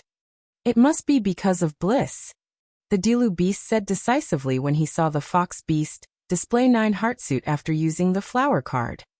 These Pride Magic Guide fairies definitely weren't as shameless as Bliss' Magic Guide fairies, so the number of heart suit displayed was less. But it was worth mentioning. Fantasy Beast, Evie also had 9 heart suit. If it wasn't for Fairy Evie's 10 heart suit, the Magic Guide fairy in Dake's arms would definitely be him. Squeak squeak, little Evie's voice was trembling. During this period of time, because it had changed to a new 3-star skin and obtained a higher level of evolution, it always had a psychological advantage when facing Fairy Evie. But it didn't expect that just as it accumulated a little bit of advantage, it would go bankrupt on the spot after the flower card appeared. Squeak squeak squeak. When Fairy Evie raised the flower card and swayed it arrogantly in front of it, it really wanted to bite off its ribbon. Fairy Evie enjoyed it for a while, but it wasn't fooled. It used its other ribbon antenna to point at its flower card and rubbed its soft face against Dake's face. But Dake wasn't moved. Even if it was him, it couldn't really treat all the Magic Guide fairies equally. And differential treatment was a taboo that affected the harmony of a family. This young master can't refuse Aurora, but can't I refuse all of you? Thus he was tightly entangled by Fairy Evie. But this feeling of restraint was nothing in front of the collapse of a family. I'm a bit tired today. I still have classes tomorrow morning. Awesome. After enduring for a while, Dake put Fairy Evie on the bed and hid in the bathroom. But after soaking in the bathtub, he secretly picked up the flower card. To be honest, after the exchange with Aurora, curiosity welled up in his heart. How many hearts will it be? Dake stretched his 2 arms straight out of the water, revealing half of his face to look at the flower card. With the infusion of magic power, Panduola's appearance gradually appeared on the flower card. Thump, thump, thump. The sound of his heartbeat was slightly conspicuous in the quiet night. He realized that he was a bit nervous. For a conservative person, facing their feelings head-on was not a simple matter. Don't be fooled by his appearance of passing through 10,000 flowers without a single leaf touching his body on the outside. Inside, acting was the majority. What he advocated was a view of love that lasted throughout his life and would never change. Thus, he couldn't bear any changes in the middle. Once he confirmed that he truly liked someone, he would start thinking from the moment until he got married, had children, and grew old together, not a short period of passionate love. And his current situation was something that he couldn't bear. Behind the crazy fun was still an unpredictable future. The prophecy of Rise of the Gods or Dusk made the future even more grim. Sometimes, even if you wanted to be a bystander, you had no choice. When he was still weak, when the enemy was still weak, he could say with a clear conscience that if the sky falls, there's a tall person to hold it up. Even if that tall person was his favorite mother. But when he became strong, and the enemy became a threat, he had long since swallowed those words into his stomach. Humans were all selfish. If it didn't concern them, they wouldn't care. But what if it concerned them? As the Valkyrie, once chaos descended, Arvet would definitely charge at the front. He couldn't possibly cower behind. White steam blurred his vision, and Dake found that his thoughts were diverging again. He quickly focused his attention on the flower card. As the appearance of Panduola Doragon appeared on the flower card, the number of hearts on the top lit up one by one. It continued until there were 7 stars. So unknowingly, I've already cared so much about her? But what kind of thoughts do I have for her? Is it just because she's good-looking? Maybe it was at first. Most humans were good-looking creatures, and Dake didn't deny this point. Maybe I should look at the others and compare them. With this thought, he changed his mind and made the flower card show the appearances of the others one by one. First, it was Deanna, who was gradually getting closer to his face. Of course, it was impossible for Dake not to see Deanna's thoughts. He just felt that Deanna was still too young mentally. She was at the level of being taken care of, not a romantic partner. The flower card gradually showed the number of stars of Deanna. Also 7 stars. This thing is really unreliable. Dake thought immediately, and suddenly, he didn't have the mood to continue looking. Of course, he didn't actually stop. Hey, it's finally 6 stars. Looking at the number of stars of Luosi displayed on the flower card, Dake finally confirmed that the purity of his dregs wasn't high enough. But then his thoughts turned to Professor Li. The number of stars on the flower card had increased by 1. Wow, it's 7 hearts. It's actually 7. Dake's expression suddenly froze. Just as he was surprised by the 7 stars, he actually had auditory hallucinations. Luna version of Nirvana, Dake version of Nirvana is almost equal to 3. 1. The previous text has been changed. I can finally go home tomorrow. It's been so hard.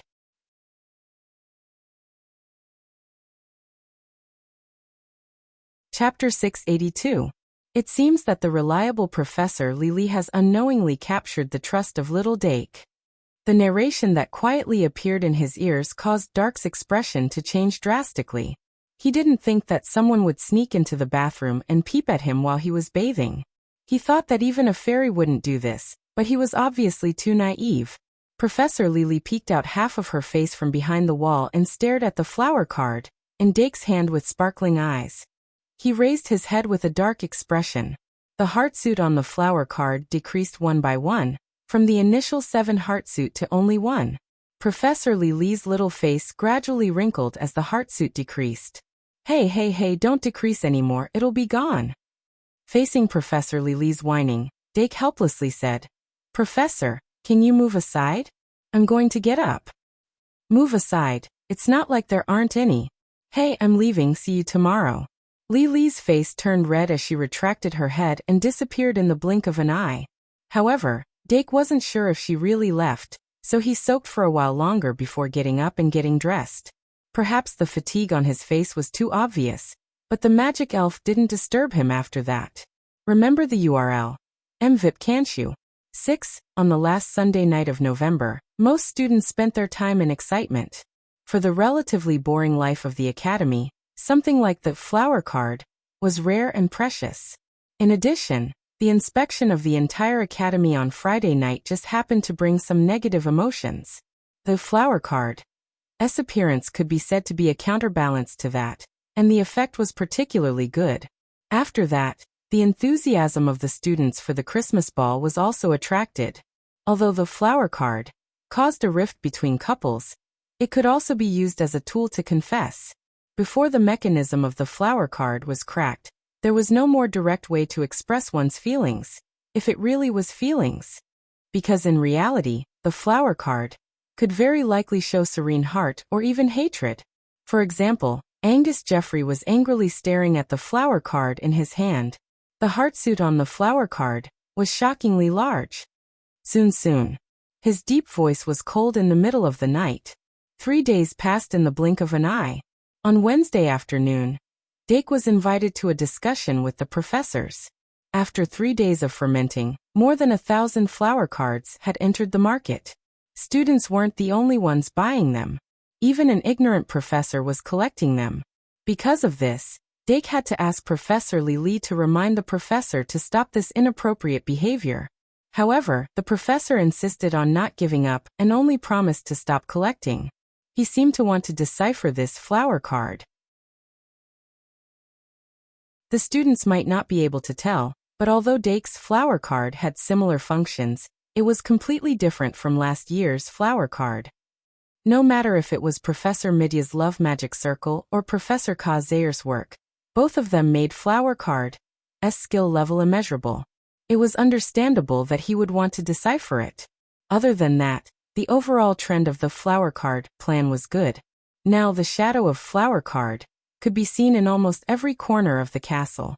Although there was still a gap between the number of flower cards and the number of people who had one less card, It was only because Traveler's Street wasn't open yet. It was predictable. Once it was Friday afternoon, there would be another wave of flower card craze. After that, it would calm down and maintain its high popularity until the end of Christmas. There was a limit to people's enthusiasm. If flower card's popularity could really last for a month, it would be a very successful product. And Dake's Moon God's version of Bliss had already reached its small goal in advance. More than 1,000 flower cards had entered people's hands. At least 1/3 of the people had a flower card. Then, some students would temporarily share flower cards with their companions. These 3 days were the peak period of popularity. The frequency of flower cards was extremely high, so Moon God's version of Bliss was very efficient. Basically, everyone who had a flower card provided 1 point of Moon God's version of Bliss. In this way, it easily exceeded 300 points. When Dake left the dormitory and headed to Professor Shierfu's office, Moon God's soul had received 337 points of Moon God's version of Bliss. 337 points of Moon God's version of Bliss, converted into Dake's version of Bliss, was 112 points. Originally, after refining Reaper's Coffin and Multi-Dragon Baluto, Dake's Bliss reserve for this month had already been reduced to 0. Now in just 3 days he had gained 112 points of Bliss out of thin air. This unprecedented huge gain made him laugh out loud in his sleep. The Shung Malian Academy was really a huge treasure trove. It was so in every sense of the word. With these 112 points of Bliss, even if they were only used to refine Bliss 3, Moon God, they could refine a total of 11 cards. What could 11 cards of Bliss 3, Moon God do? With one more card he could ensure that 3 magic guide fairies would always be in the cycle of Bliss 3, Moon God. Using quantity to accumulate quality was indeed a relatively reliable idea. As long as there were enough Great Sin cards, the evolution of the magic guide fairies would not have a cooldown. As for using Moon God's version of Bliss to refine Bliss 3, Moon God, or directly using Moon God's version of Bliss to refine magic guide fairies, Dake had not tried it yet. However, using Pride as an example, even if it was a semi-finished product, there were requirements for Pride as quality. Moon God's version of Bliss, which was of relatively poor quality, might not be able to meet the requirements. However, it was definitely feasible to use it to refine magic guide fairies. At most, when it was refined, he would put in a little more according to the actual situation. It would not be a big problem. Dake pushed the door open and entered as he pondered. Professor Ka Zaire, Professor Li Li, and Professor Shierfu were already waiting in the office. Although the topic they were going to talk about was more serious, the atmosphere in the office was relatively relaxed. As for the reason, it was probably thanks to Professor Midia who had sneaked in. Professor Midia must have made a relatively good prediction. Click. Dake locked the door and walked to Professor Ka Zaire's side to sit down. "You're here." Professor Ka Zaire took a teacup and placed it in front of Dake. Dake picked up the teapot and poured the steaming black tea into the cup. On the other hand, Professor Sylph and Professor Mitya were still talking about related matters. Dake listened for a while and roughly understood the cause and effect. They had previously split into 2 teams. He and Professor Li Li were in charge of the flower card plan, while Professor Shierfu and Professor Ka Zaire were looking for other methods. The flower card plan was progressing smoothly, but the other party seemed to be on guard, so there were no results for the time being. Professor Shierfu and Professor Ka Zaire were unable to continue their search because of the broken clues. In fact, after the investigation of the entire school did not obtain the desired results, they were already in a mess. The clues from the brain liquid demon had been completely cut off from Cameron Macefield. The last clue pointed to the book, and they did not even know the name of the book. In this case, Professor Shierfu finally chose to consult Professor Midia. However, the one who took the initiative to ask for cooperation was not her, but Professor Midia Bartholomew herself. It could only be said that one should never underestimate the curiosity of a prophet. After Professor Midia joined the team, Professor Shierfu no longer thought too much and patiently waited for the results to appear. Next, we may walk on the wrong path, or we may be blinded by the fog, but there is no need to worry. There is only one end to the path. The fog will eventually disperse, and the true heroes will appear after the fog disperses. Professor Midea sipped her black tea with a leisurely look on her face. Professor Shi-Erfu curiously asked, "Can I interpret this as a prophecy about the emergence of a hero?" "Who knows?" Professor Midea shrugged and said, "There is more than one kind of hero, and the hero is just one of them." Dake listened and could not help but frown as he said, "Professor Midea, are you saying that we don't have to do anything next? We just have to quietly wait for the hero to appear?" "Of course not." Professor Midea could not help but laugh as she said, "Of course heroes have companions." Dake's eyes moved slightly as he began to think. Everyone in the room, including Professor Midea, did not have a clear position on the hero's son, White Gouda. Only he knew that White Gouda was destined to be the hero in the original game. If this plot was placed in the original game, then the hero, in Professor Midea's prophecy, would undoubtedly be the hero. He even thought of a name for this chapter. Asterisk asterisk asterisk asterisk asterisk asterisk. Perfect. But as a future hero Victor, hasn't he been a little slow lately? Dake could not help but think to himself. It's been so long since he was a second-year student, but he hasn't even found a single holy sword. How can he become a hero? He can't expect other people to give him a holy sword, right? While Dake was frowning, the professors had already started to discuss the next plan. In short, there were two plans. One was the continuation of the flower card plan if it succeeded. The other was the new plan if the flower card plan failed. The former was needless to say, but the latter was mainly based on Professor Midea's prophecy. The path is complicated and confusing, which means that the identity of the breeder is unpredictable. It's probably very inconsistent with his image, which is why it's so unpredictable. Therefore, we can search for good students who have a positive image but have weak willpower. The criteria for screening were increased, and the scope of screening was narrowed. When Professor Kazair said this, Professor Shi-Erfu also said, "Why don't we start with the hero? First, think about who is most likely to become the hero. Then use his behavior as a preset to deduce. Maybe we can find something?" Professor Lili suggested. "Actually, although it's against the rules, we can check the dormitory." "Check the dormitory?" Professor Shi-Erfu frowned. Professor Lili laughed and said, "There has to be an experimental environment, right?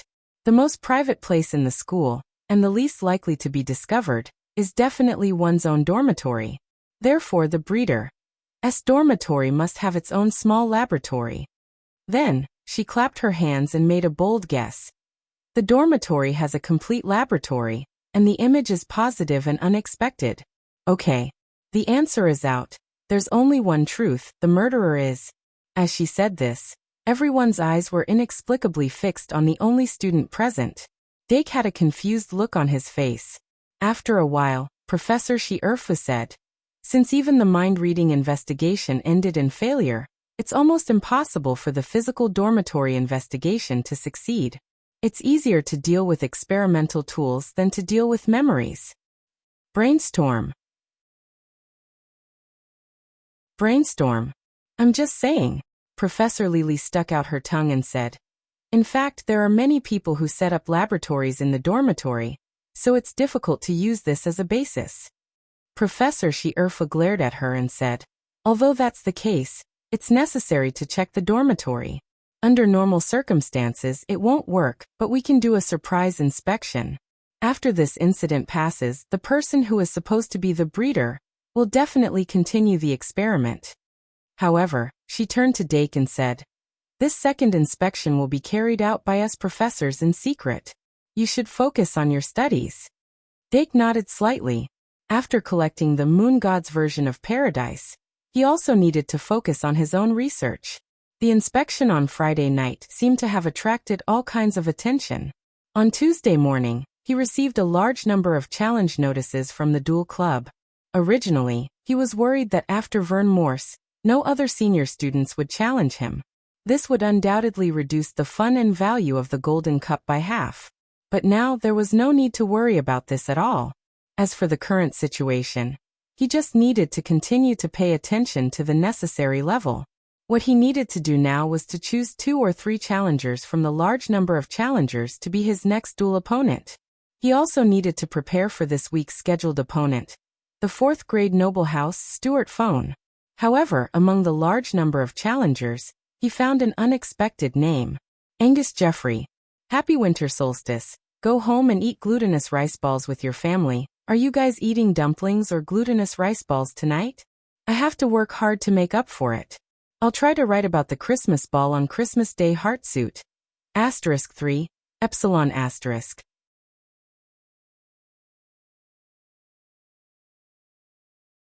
Chapter 683. Ever since Angus Jeffrey's position as the head of the Aristocratic History Research Society was replaced by Edwin Clarissa, his presence had become very faint. The last time Dark noticed him was the last time. It was early morning on a Saturday. Angus Jeffrey was naturally part of the investigation that took place that day.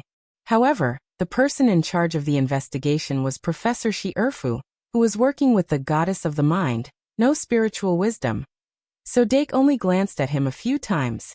Angus Jeffrey's complexion didn't look very good. His always meticulously combed hair was slightly messy, and there were deep dark circles under his eyes. If he didn't often have insomnia, then he often stayed up late. This would have been inconceivable to Angus Jeffrey in the past. However, after a person fell from the peak to the bottom of the valley, if he didn't sink, he could only seek for change. Back then, Dark thought that Angus Jeffrey might have already learned to work hard. Now that he issued a challenge again, did it mean that he had mastered enough strength to win through hard work? Based on this conjecture, Dake decisively accepted Angus Jeffrey's challenge. Remember, https://m VIP Canshu. VIP. However, after that, the Duel Club didn't arrange Angus Jeffrey's challenge time for this weekend, but postponed it to the next week. This week, in addition to the Duel Club randomly matched a 3rd-year senior, Dake's main opponent was a 4th-year senior from the Aristocratic Academy named Stuart Phone. Although Stuart Phone was only a 4th-year senior, his strength was unquestionable. The Shadow series of cards that he was good at was also known for being strange and difficult to guard against. Since last year's Easter Duel Festival, Dake hadn't come into contact with him. As long as 8 months should be enough for him to transform. He couldn't be underestimated. After the end of the discussion, Dake left the office alone. His team with Professor Lily hadn't disbanded, but the professors still had a tea party to attend. It was as if after the investigation, everything had returned to normal. Of course, the performance of the professors was seen by the students. With this as the basis, the rumor that the investigation was over had already spread throughout the castle. The patient, Vern Morse, finished his treatment on Monday afternoon and returned to class after a day of rest. Even if he didn't have any memories related to the brain fluid demon, he still had a rough understanding of it after coming out of the infirmary. However, he still couldn't accept the fact that he had lost to Dake Dimung. He worked even harder than before. Even though the rules of the Golden Cup only allowed students to challenge the same person once, as long as they stood out from the competition and advanced to the top 16, they would have a chance to challenge Dake Dimung again. After this battle, Vern Morse was certain that Dake would be able to enter the top 16. He wanted to prove himself on a higher stage. Time flowed through his fingers, and a young man would not waste it. Dake Dimung temporarily put aside the matters related to this matter. However, he did not return to the dormitory. Instead, he went straight to the library. In this week's homework, part of it required searching for information to complete. He pushed the door open and saw Miss Bella behind the counter. He was a little disappointed. Miss Bella moved the registration form in front of him and smiled kindly. That child asked for leave. She said she had some experiments to do. Dake looked a little embarrassed and said, "I wish her the best of luck with her research." He then stayed in the library for the whole afternoon, until he finished all the homework for the first 3 days of the week. He then sat for a while until it was time for dinner before he left the library. After dinner, he immediately returned to the dormitory and began a new round of research. On Monday, he bought a new Magic Beast's hair from Professor Kazair. These 2 days he had been researching Magic Beast's refining and second refining. The research process was quite smooth. He obtained the second 3-star, Magic Beast, Multiform card and the third 2-star, Magic Beast, Fantasy Sheep card. But in reality, the only ones that really succeeded in the second refinement were the 3 types of Magic Elven cards. Illusory Beast, Ivan, Illusory Beast, Ever-Changing Monster, and Illusory Beast, Fantasy Sheep. Therefore, there was still a long way to go for second refining research. But tonight, after warming up a little, he temporarily put aside the second refining research and summoned the Moon God's soul. The Moon God's soul was already ready. It sat on the chair with a dignified expression, and the aura of a moon god could be vaguely seen. Let's begin. Dake took a deep breath and said. The moon god's soul nodded slightly and raised its hands in front of its chest, revealing the moon god's mirror. This mirror could absorb moonlight and convert its power into mana, and it was currently emitting a divine aura. The moon god's soul relied on the flower card to collect Moon God's version of bliss from the students' souls and stored them in the Moon God's mirror. Although these bliss were called Moon God's version of bliss, they were actually collected from the bodies of mortals and couldn't be considered a true product of the Moon God. This was just like Dake's own bliss. Strictly speaking, it couldn't be considered a product of the demon god. After all, he was only a demon god in reserve. As a faint silver glow appeared on the surface of the Moon God's mirror, the Moon God's soul solemnly said, "It's done."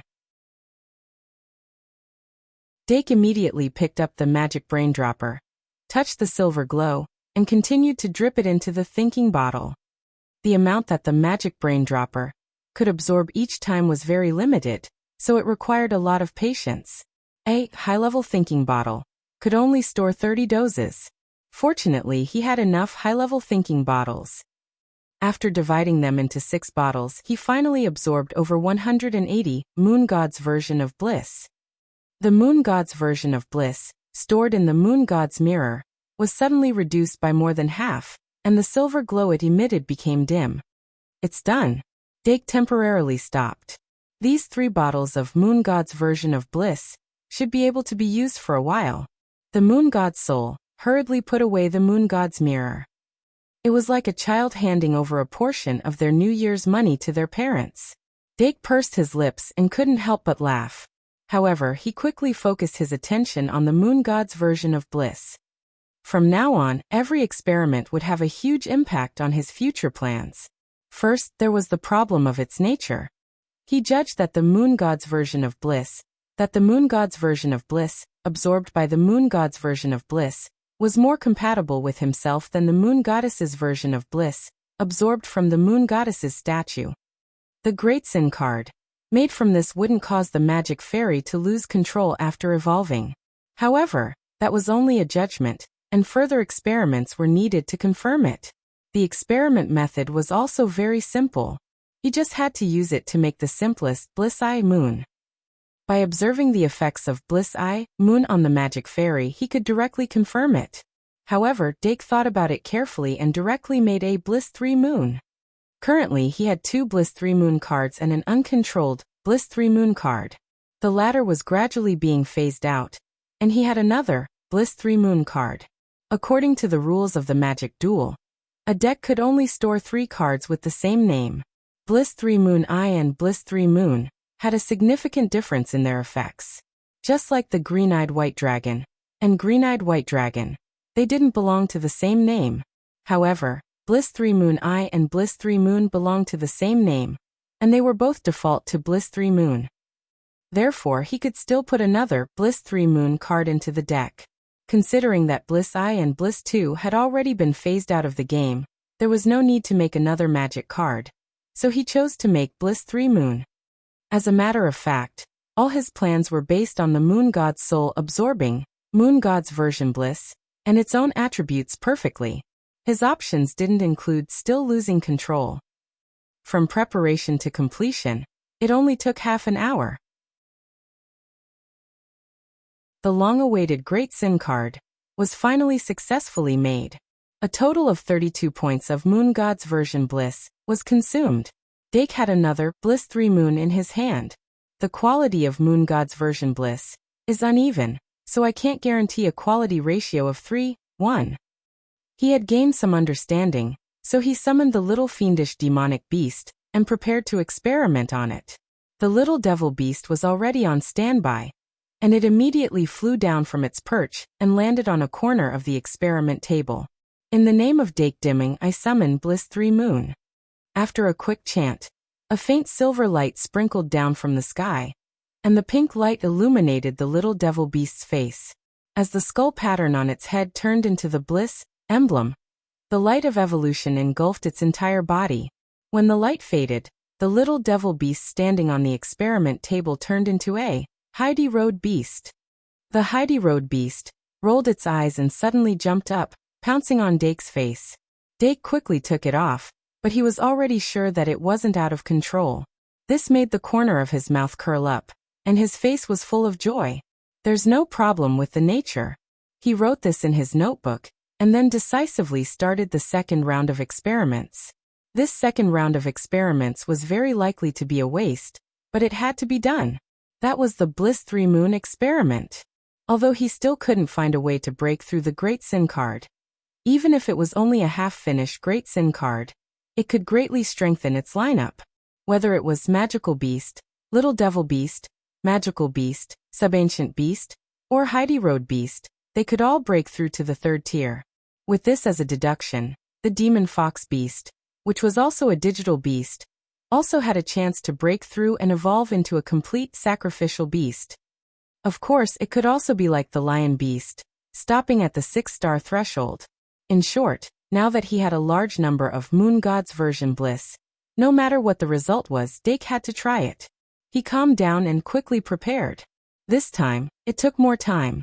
From the preparation to the end, it took a total of more than 40 minutes before the final result was out. Consumed a total of 110 Moon God's version Bliss.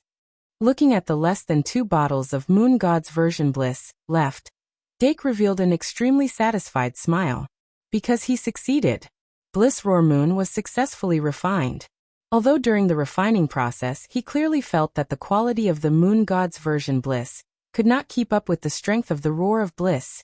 In the end, he relied on the method of increasing the quantity to barely keep up and successfully refine this half-finished Bliss Roar Moon. So half-finished products have their benefits as well. Dake could not help but sigh. His intuition was very clear. If the final result was a finished product, the refining experiment this time was likely to fail. Perhaps when the Moon God's Soul Eye absorbed more divinity from the root, and changed from Moon God's Soul Eye to Moon God's Soul 2, the Moon God's version Bliss that it absorbed and transformed would be able to keep up with the quality of the Roar of Bliss. However, it was definitely not possible now. Using this as a basis to formulate a follow-up plan, Dake quickly came up with an idea. If I can continue to harvest Moon God's version Bliss, I'll try my best to use it to refine half-finished Roar of Bliss or Magic Elf cards and item cards related to Bliss. As for the Bliss that I produce myself, I can use it all for storage. But from the looks of it, I still need to verify if the Moon God's version Bliss can successfully bear fruit and be used to refine Magic Elf cards. If it goes well, then the entire circuit will be completed. Dake's brain was operating at high speed, completely ignoring the little devil beast's anticipation. He put the blissful moon aside, and began to prepare for the creation of the Magic Elven card. The little devil beast immediately turned around and flew back to the birdcage angrily, continuing to observe Dake's experiment while hanging upside down. It originally thought that it could immediately evolve into a new form, but it did not expect that Dake did not test it right away. Dake thought for a while, and chose the dragon grass from the many cat grasses. He then brought it to the balcony and used the magic brain dropper to inject the Moon God's version Bliss into the insect branch before hugging it and sucking on the insect branch. If one was not ruthless, one would not be able to stand firm. Among the materials that he had on hand that were related to Bliss, the most obvious one was the fairy's rainbow dragon, as dragon blood. That whole bottle of rainbow dragon blood might bring him good luck. As the dragon grass sucked slowly, the top of its head gradually sprouted a stem, and formed a flower bud. The Moon God's version Bliss that it had absorbed was close to 20 points. Burp. The dragon grass actually burped a little. However, it continued to suck greedily until it had absorbed 25 points of Moon God's version bliss. The flower of bliss on its head finally bloomed. Good morning, Rainbow Dragon Blood plus Fruit of Bliss Dragon equals.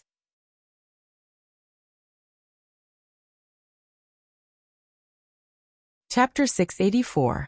The blossoming and fruiting only took a breath's time. When the petals fell and the fruit formed, the aura of bliss was emitted. Dake looked at it carefully and found that this fruit of bliss had a faint moonlight on it. It had more moon power than the fruit of bliss that he had cultivated himself. But in contrast, there were some other things that were missing. Using this fruit to refine a magic elf with moon power should be twice the result with half the effort. Dake had a slight understanding. He plucked the fruit, cut the stem, and handed the dragon grass to the magic elves to take care of. Then he took the fruit back to the experiment table and conducted a certain level of analysis on it. Then he summoned Kettle and ordered it to squeeze this fruit of bliss into juice. During this process, he began to choose materials for refining from the material library. First, it was the rainbow dragon blood. The rainbow dragon was also known as the fairy dragon. It was a super rare dragon species that was even rarer than the light attribute white dragon. The small bottle of rainbow dragon blood that Senior Panduola had given him would definitely not be low in quality. Website: https://m vipcanshu. VIP with the rainbow dragon blood as the core and the fruit of bliss dragon. He could at least guarantee that he could refine it this time. His final goal was still the third-tier magic guide fairy. Imitating the refinement of the multi-dragon Boluto. In order to increase the probability of obtaining the third-tier magic elf, he still needed to choose a high-quality material as the secondary core. Or he could downgrade the rainbow dragon blood to the secondary core. He had a lot of materials now, and there were also a lot of choices that he could make with them. The most classic was the combination of the rainbow dragon blood and the water elemental pearl. This could further stimulate the water attribute of the dragon grass and make it point to a water attribute magic elf. In Pokemon, there happened to be a Pokemon with a water attribute that had both the elements of bliss and dragon, Minas. Among the Pokemon that had both Nirvana and dragon elements, Minas and Chishi's Bluebird were Dark's two choices. If it was a Minas, he could add in a water elemental bead and a supplementary material, a water dragon scale, to reduce the range and increase the lower limit. If it was the Chishi's Bluebird, he would probably need to add some flying-type bird materials. However, the flying bird materials he had were not of a high level. They could only be used as supplementary materials, and were of no help in increasing the lower limit. Therefore, after careful consideration, he chose the more conservative Minas. The evolved form of Mina's ugliness fish not only had a beautiful appearance, but it also had a high race value. Just like how the Carp King evolved into the violent carp dragon, it also used the story of a carp transforming into a dragon. However, the ugly fish was not a carp, so it was impossible to use the carp grass to locate it.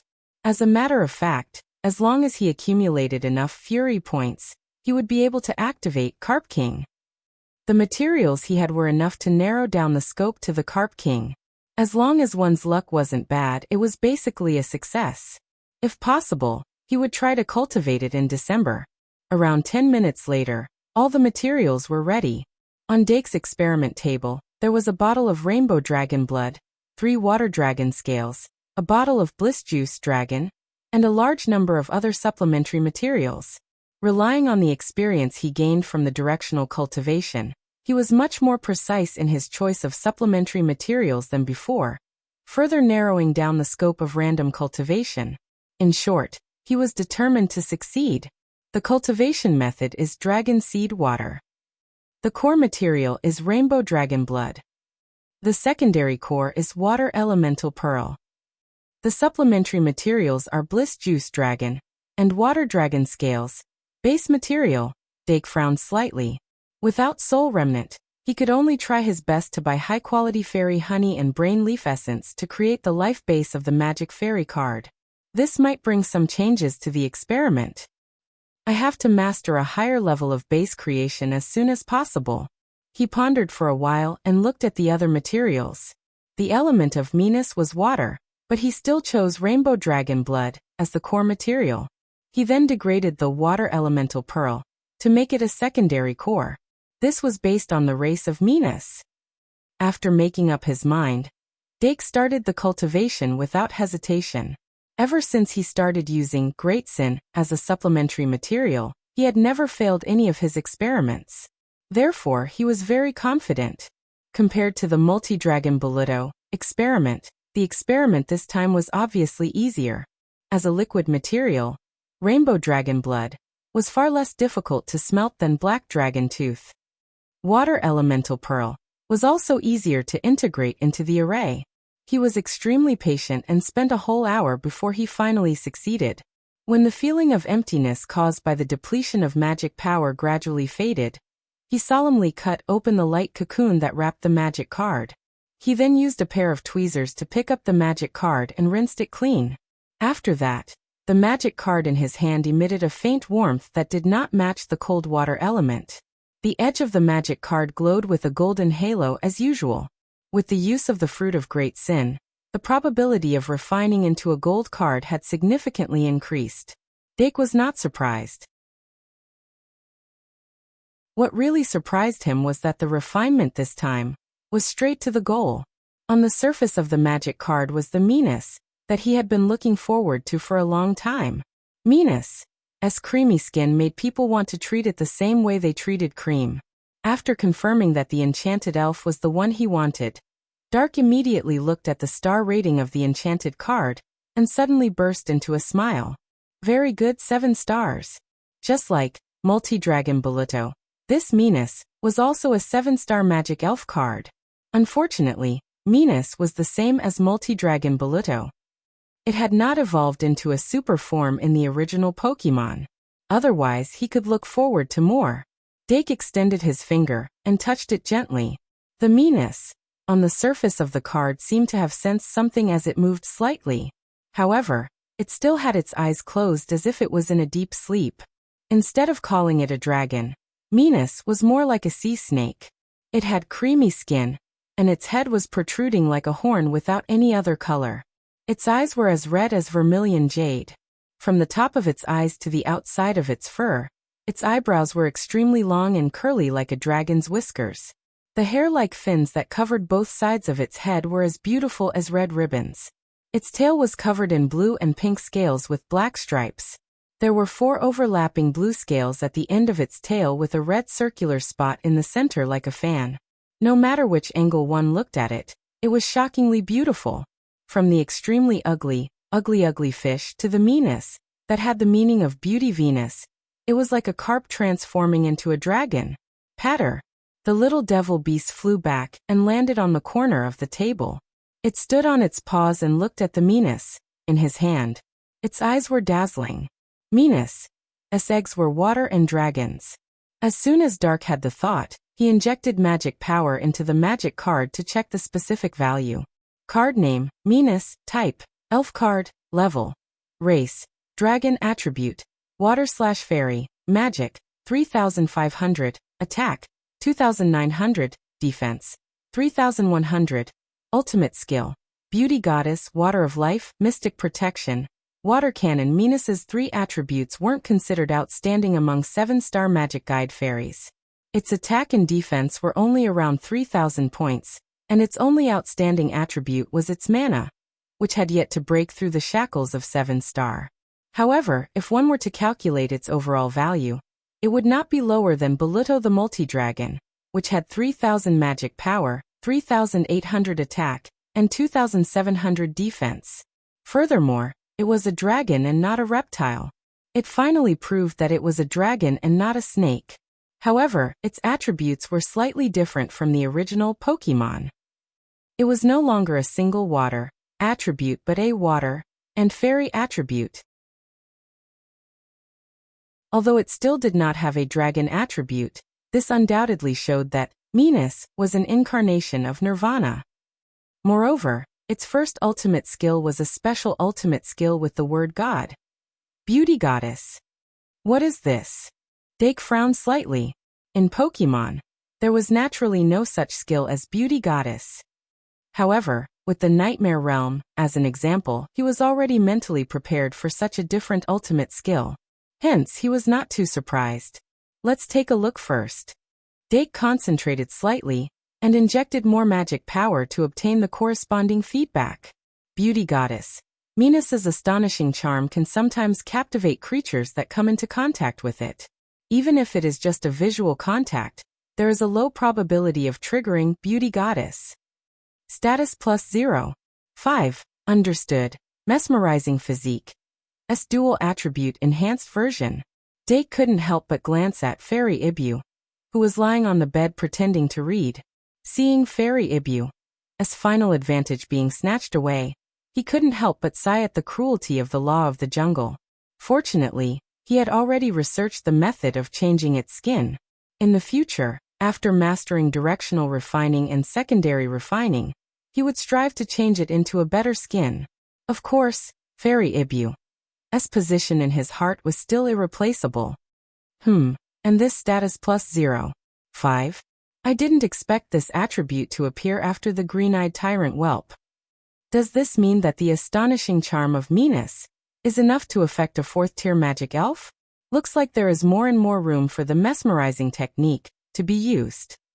Dake pondered for a while and continued to look at the second ultimate skill of Venus, Life Stream. This was also an ultimate skill that had never appeared in the Pokemon Skill Illustration Handbook. However, from its name, Dake could roughly guess that this was an ultimate skill related to Lifestream Droplet. Lifestream. Venus creates a stream of water that is rich in the power of life and wraps it around itself and its companions to recover 1/4 of its maximum HP, magic power. After that, every 30 seconds, it will recover 1/16 of its maximum HP magic power. As expected, after fusing Lifestream Droplet and Water Flow Ring, Venus has obtained an even stronger healing ability. And just like Water Flow Ring, it recovers 1/16 of its maximum HP every round and can be sustained continuously. Of course, this isn't true in reality. Although the feedback didn't explain it, it's clear that when the life force contained in the life water current is exhausted, the life water current will dissipate. This is obviously related to the total amount of HP it can recover. But from the looks of it, could this Venus be a support-type magic elf? However, my lineup really lacks a magic elf with such a large-scale recovery ability. If I equip Venus with equipment or items that can produce power of life, it will become a mobile spring. Wait, isn't this a mobile version of Paradise? Dake suddenly realized and his eyes lit up. With Venus, Lifestream, traveling together with the magic elves would no longer be a dream. He was very satisfied with this and continued to look at Venus as third ultimate skill. Among the 2 adjusted sure kill skills, the third sure kill skill was still the adjusted sure kill skill. Moonguard causes the entire area to enter the Moonguard state. For 5 rounds, 3 minutes. Protect yourself and your companions from falling into confusion, drowsiness, burning, freezing, and other abnormal statuses. Under the moonlight, the duration will be doubled, and you will be purified. A perfect team buff ultimate skill. Moonguard should be the moonlight version of Mystic Guard. Lifestream and Moonguard, these 2 sure kill skills made Venus' positioning very clear. However, this wasn't all. Dake turned to look at Venus' last ultimate skill, Water Cannon. Water Cannon's existence allowed Venus to jump from a support type to a cannon. Water Cannon. Venus controls the water element to shoot highly compressed water cannon at the opponent. In the next round, they will not be able to move. As Venus's only ultimate skill, Water Cannon's power was extremely high, and it could be said to be the best among all water-type skills. Happy Christmas Eve. When I was eating tonight, I suddenly heard that tomorrow is my lunar birthday. I didn't expect it to be on the same day as Christmas. Open a year-end bounty until December. I've already tied up my hair and hung it on the beam. I've already prepared an awl to stab my thigh. All that's left is a knife to my neck. In December, I'm 80,000 words away from the bottom line and 130,000 words away from the small goal. I'm confident that I'll be able to win. Succeed or die trying.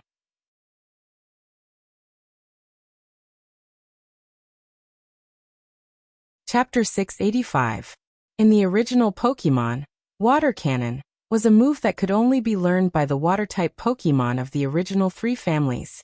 It was as powerful as Destruction Beam. Too powerful would cause Venus to be unable to move for 30 seconds after releasing Water Cannon. However, its other 3 sure-kill moves wouldn't stop because of this. As long as Water Cannon and Moon Guard were activated before Water Cannon, Venus would be able to stand firm. After one shot, it would still be an excellent support for the team. However, its best stage wasn't in the Magician duels. Small to medium-scale battles were where it could display its abilities. Dake immediately thought of the Doraemon army. With Venus, the Doraemon army's endurance would be greatly guaranteed. After a simple analysis, Dake prepared to summon Venus. The website was https://m. Vipkanchu. VIP. However, just as he was about to chant the incantation, his heart suddenly paused. He remembered that although Venus gave people the impression of being slender, it was actually a large Pokemon that was 6 to 7 meters long. If he were to summon it indoors, it would definitely be a disaster. Luckily, I realized in time. Dake rolled his eyes and picked up Moon of Bliss. Then he took his card bag and prepared to leave. Aren't we going to summon it here? Little Devil asked curiously. Dake shook his head and said, "Let's go to the club classroom." Little Devil suddenly realized that the most important evolution experiment was about to begin. The rest of the Magicite managers were also suddenly energized. They quickly got down from their beds and chairs and gathered around Dark. Even the Demon Fox Beast and the Diru Beast followed behind at a slower pace. Since that's the case, let's go together. Dake smiled. We can also welcome our new family. November 27th, Wednesday night. The night was as cool as water. It was past 9 o'clock, and the first-year astronomy class at the top of the spiral clock tower had already ended. Only the Magical Zoology Club's club classroom was still lit. As soon as Dake entered, he was greeted by Ubisoft Bird, which flew towards him. As time passed, Ubisoft Bird had gradually grown up and no longer shed its feathers and turned into a human. Although Dake hadn't been in the club for a long time, it still stuck to him like a mother, and seemed to be getting more and more clingy. Dake took a lot of effort to pluck it off and handed it to Big Milk Can. Then he called out to the magician elves in the club classroom, and brought them to the empty space in the middle of the classroom. Do we have a new partner? Sugu Beast's eyes lit up when it saw Dark take out a magic card from his card pack. Dragon. The elusive Dragon Bolito suddenly appeared in front of Dake and licked Dake's face. Dark dodged it subconsciously, then reached out and patted its head, then looked around. Among the magician elves that had recently gained intelligence, Magical Beast, Goddess of the Heart's Eye and Moon God's Soul, got along well. Magical Beast, God of Destruction, was taught by teacher Ibu to learn astrology. Dragon Bolito had a good relationship with Dream Demon, and was often brought along by Dream Demon to play pranks. Dragon Bolito, a 3-meter-long 7-star dragon species, was following Dream Demon, who was only a 3-star senior. It was quite interesting. Minas should be able to get along well with Ball Sea Lion, right? I wonder if young Blue Eyes Dragon will be attracted to it?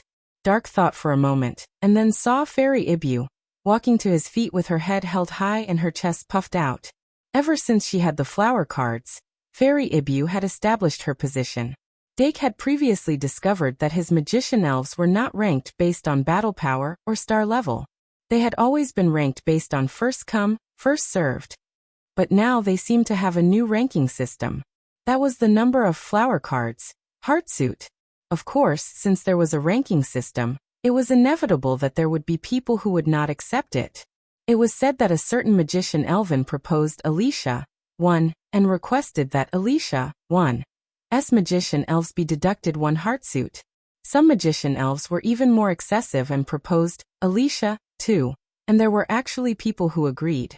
But in short, Fairy Ibu, who had as many as 10 Heartsuit, had undoubtedly gained the approval of most magician elves. It was truly convincing. There was no helping it. 10 Heartsuit was simply too much. Thus, for the past 2 days, Fairy Ibu had openly snuck into Dake's bed every night, and the other magician elves did not have any reaction. Dake lowered his head and looked at Fairy Ibu, then looked at menus in his hands and blinked. Me. Fairy Ibu did not understand. Dake said seriously, "I'll begin the summoning." As the magician elves all focused their gazes on him, Dake began the summoning. Once again he used a magician elven without intelligence as an offering, and finally began the sacrificial summoning.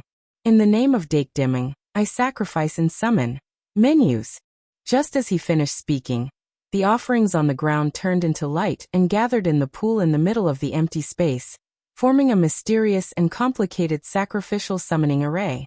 Within that slowly rotating array, the so-called most beautiful Pokemon, menus, suddenly leapt out of the water. The sprinkling water droplets were like stars under the illumination of the light. Menus' slender cream-colored body exuded a charm that made it hard for people to look away.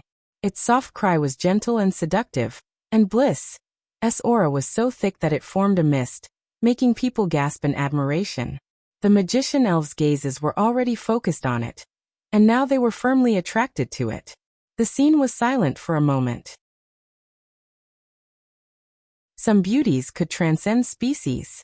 Meow, menus coiled in the pool and slowly turned around, its red eyes as gentle as jade. Just like all other Bliss magician elves, when it was first born, its mind was greatly affected by Bliss. That kind of influence made it unable to control itself and want to express itself. Even a gentle and docile magician elven like menus was like this. When its gaze met with Dake's, Dake suddenly became alert. Splash! The sound of water splashing could be heard as Minas leaped out of the pool and dashed over.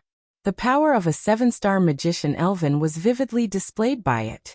However, in front of Dake, Dulong Baluto's body that had automatically disappeared suddenly appeared. It suddenly raised its head, and Dulong Messiah, in the corner, was also restless. The two dragons faced each other and released their draconic aura at the same time. Stop! Dake Diming's forceful order stopped the impending battle, and also stopped the emergence of disharmony. In a family with too many people, once there was a crack, it was very likely to expand. Sometimes, Dake would pay special attention to this. Dulong Baluto saw that menus had stopped charging and also relaxed. It was also attracted by menus' shocking charm, but as an incarnation of Bliss, it naturally had a considerable degree of immunity to Bliss' charm.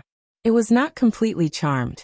However, with the charm that menus displayed now, even if it did not come into contact with it, it would probably have a charm effect on some creatures with weak willpower. The strength of the charm was far beyond what Fairy Evie could compare to.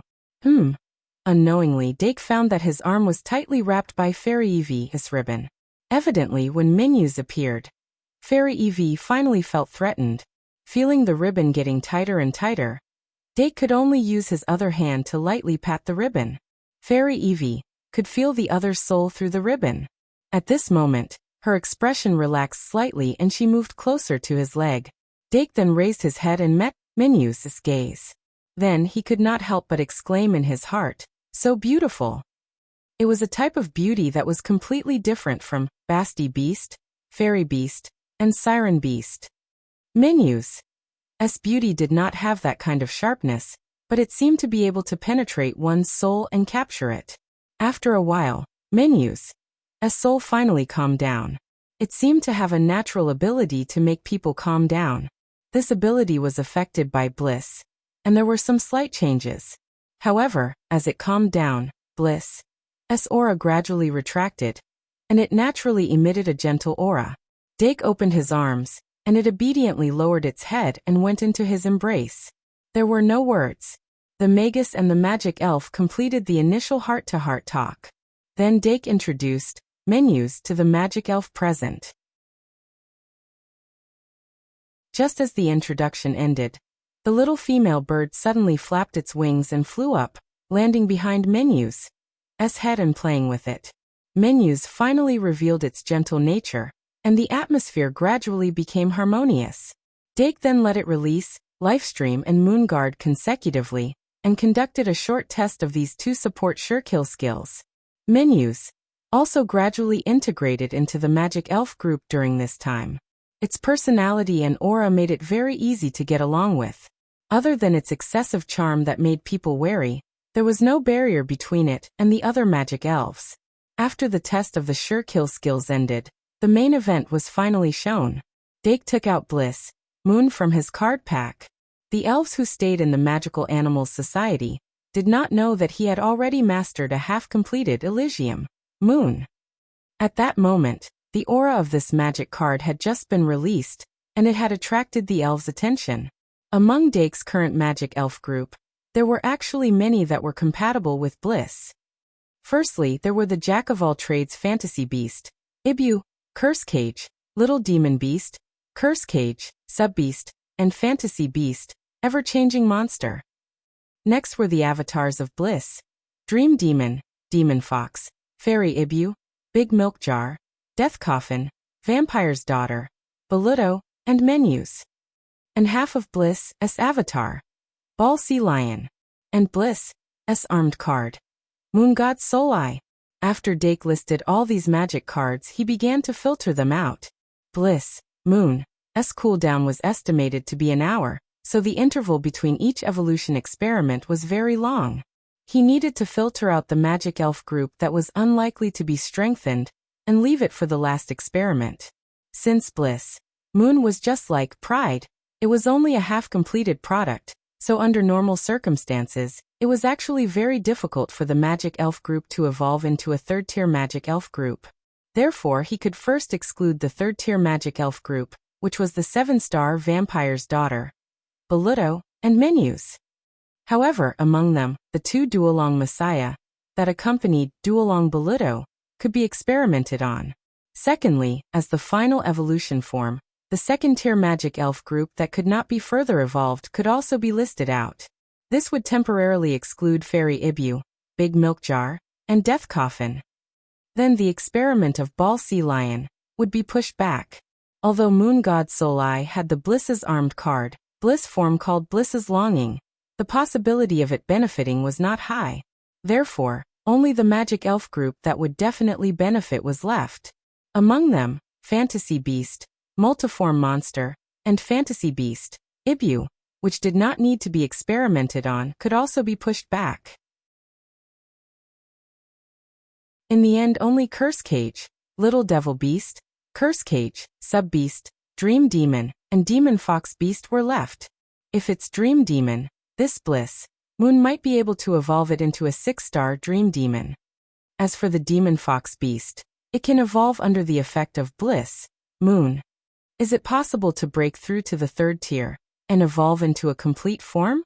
Considering that the Diru Beast could rely on Pride to evolve into a Fairy Beast, even if it lost a pair of angelic wings, it was still possible for the Demon Fox Beast to evolve into a complete form.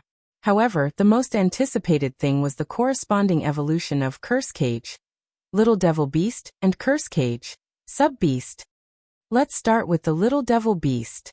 Dake raised his eyebrows and his eyes flickered. In fact, he had been looking forward to this moment for a long time. His anticipation for the Little Devil Beast's Bliss evolution was definitely not lower than the Little Devil Beast's. It's been a year. Are we finally going to meet again? Demon Fox Beast, Little Devil Beast, come here. Dake suddenly waved at the Little Devil Beast, and his eyes revealed a slight gentleness. Although the Little Devil Beast that evolved into a Demon Fox Beast was still a Little Devil Beast, its different form gave off a completely different feeling. Dake had a very strong nostalgia for the Demon Fox Beast. Moreover, if he could use Bliss, Moon to evolve Curse Cage, Little Devil Beast into a Demon Fox Beast, it meant that he only needed one advanced fusion to break through to the 4th tier. Fusion was indeed a way to break through the tiers and obtain a transformation. It's coming, it's coming. The Little Devil Beast clearly revealed a look of joy. It had probably expected that it would be its turn next. Are you ready, Little Devil Beast? Little Devil Beast. Dark's tone was slightly serious. The Little Devil Beast had lost its rationality when it used Pride to evolve into a zombie Tyrannosaurus for the first time. Yes, yes.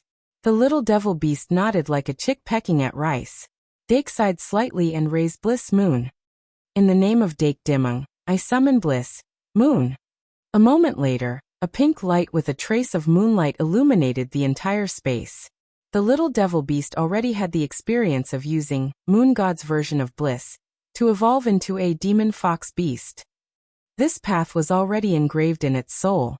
Now that it was using Moon God's version of bliss again, the memories engraved in its soul were awakened.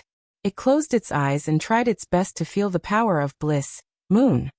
The skull pattern on its forehead quietly faded, and it turned into bliss, S exclusive emblem.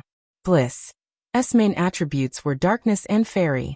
There was no trace of conflicting energy, such as the light attribute. In this aspect, it was completely different from pride, which had turned from darkness to light. Therefore, the energy released by bliss, moon, was also completely different from pride. The little devil beast soaked in bliss, S light like a fish in water, and it didn't feel uncomfortable at all. It keenly sensed that this path of evolution was very likely the most suitable one for itself. The light released by bliss, moon, became more and more intense. An endless stream of energy was converted by bliss, S emblem, and poured into the little devil beast's body. With the emblem as the core, the little devil beast's entire body gradually turned into light. The light spread out, forming a huge body of light. Its life structure was enveloped by this pink light, and it underwent a drastic change. The initial change was very similar to when the little devil beast evolved into a black Diru beast. It gradually transformed from a bat-shaped little devil beast into a baby hugging its knees and curling up into a ball like a black cat. Then, the black cat stretched its limbs, and its entire body quickly transformed into a human female form. Even if its outline wasn't completely revealed, Dake still had a very clear understanding of it. It was definitely a noble and powerful fallen angel, the embodiment of sex appeal and beauty, an extremely flirtatious digital beast, demoness beast. This evolution was unprecedentedly smooth, even smoother than when the Diru beast used pride to evolve into a fairy beast for the first time. Dake only infused his spirit power at the crucial moment, allowing it to smoothly break through the final barrier. He reached out his hand towards the demoness beast in the light, and the gradually formed demoness beast suddenly opened its eyes. It was scarlet red, like blood, but there was a flirtatious aura flowing in its eyes. As the embodiment of evil born from the convergence of high-purity darkness energy, the demoness beast's personality was very arrogant and easily angered. But under the effect of bliss, its arrogance and anger had long faded, and charm and flirtatiousness had become its main axis. It also reached out its hand, and layers of black light appeared on its pale skin, gathering into a pitch-black glove. When the fingertips of both sides touched, the spirit power that surged into its body like a storm caused the demoness beast to suddenly raise its head. Its slender neck tilted back slightly, and a seductive voice came from its mouth. On its left shoulder, the black cloth that was like a little devil opened its mouth and laughed silently. The black wings that were like a tattered cloak suddenly rose back. The chains that seemed to come from hell wrapped around its body. Her graceful figure was clearly displayed. Dake completely grabbed its hand, and then when it tilted back, it was as if it was pulled out from the abyss, allowing its body to successfully escape from the sea of light. The corners of the demoness beast's mouth curled up, brimming with a smile. Then that seductive body suddenly closed in, squeezing onto its master's body without any gap. When Dake reacted, his nose was already filled with the fragrance of her body. The demoness beast's body was almost completely covered by black leather tights. The skin that was exposed outside of the tights was pale and cold, and only the part of its face below the nose was exposed. Its lips were bright red and charming. It had long and agile white hair, and its eyes were bright red like snow. It was the standard white hair and red eyes. Its left hand was like a demon beast, with scarlet sharp claws, and its clothes were marked with many bat and demon imprints. In contrast to the fairy beast, the demoness beast was a digital beast that belonged to the fallen angel. It was known as the Lady of Darkness, and its strength was on par with the fairy beast. However, unlike the fairy beast, that specialized in long-range attacks, the demoness beast specialized in close combat assassination. They were the extremes of light and darkness, and they countered each other but also complemented each other. Me. The pink ribbon tentacle forcefully inserted itself between the two of them, and Fairy Ibu let out an angry cry. The Diru beast at the back also looked at the Demoness beast with an extremely cold gaze. It obviously felt a certain degree of threat from the little demon beast's new evolved form. Although it didn't hate it, it couldn't like it no matter what. Instead, the Demoness beast raised its head and gave it a meaningful smile. In the depths of the Diru beast's heart, there was an inexplicable surge of anger. Its eyebrows furrowed, and its tail that was wearing a sacred halo quickly swayed.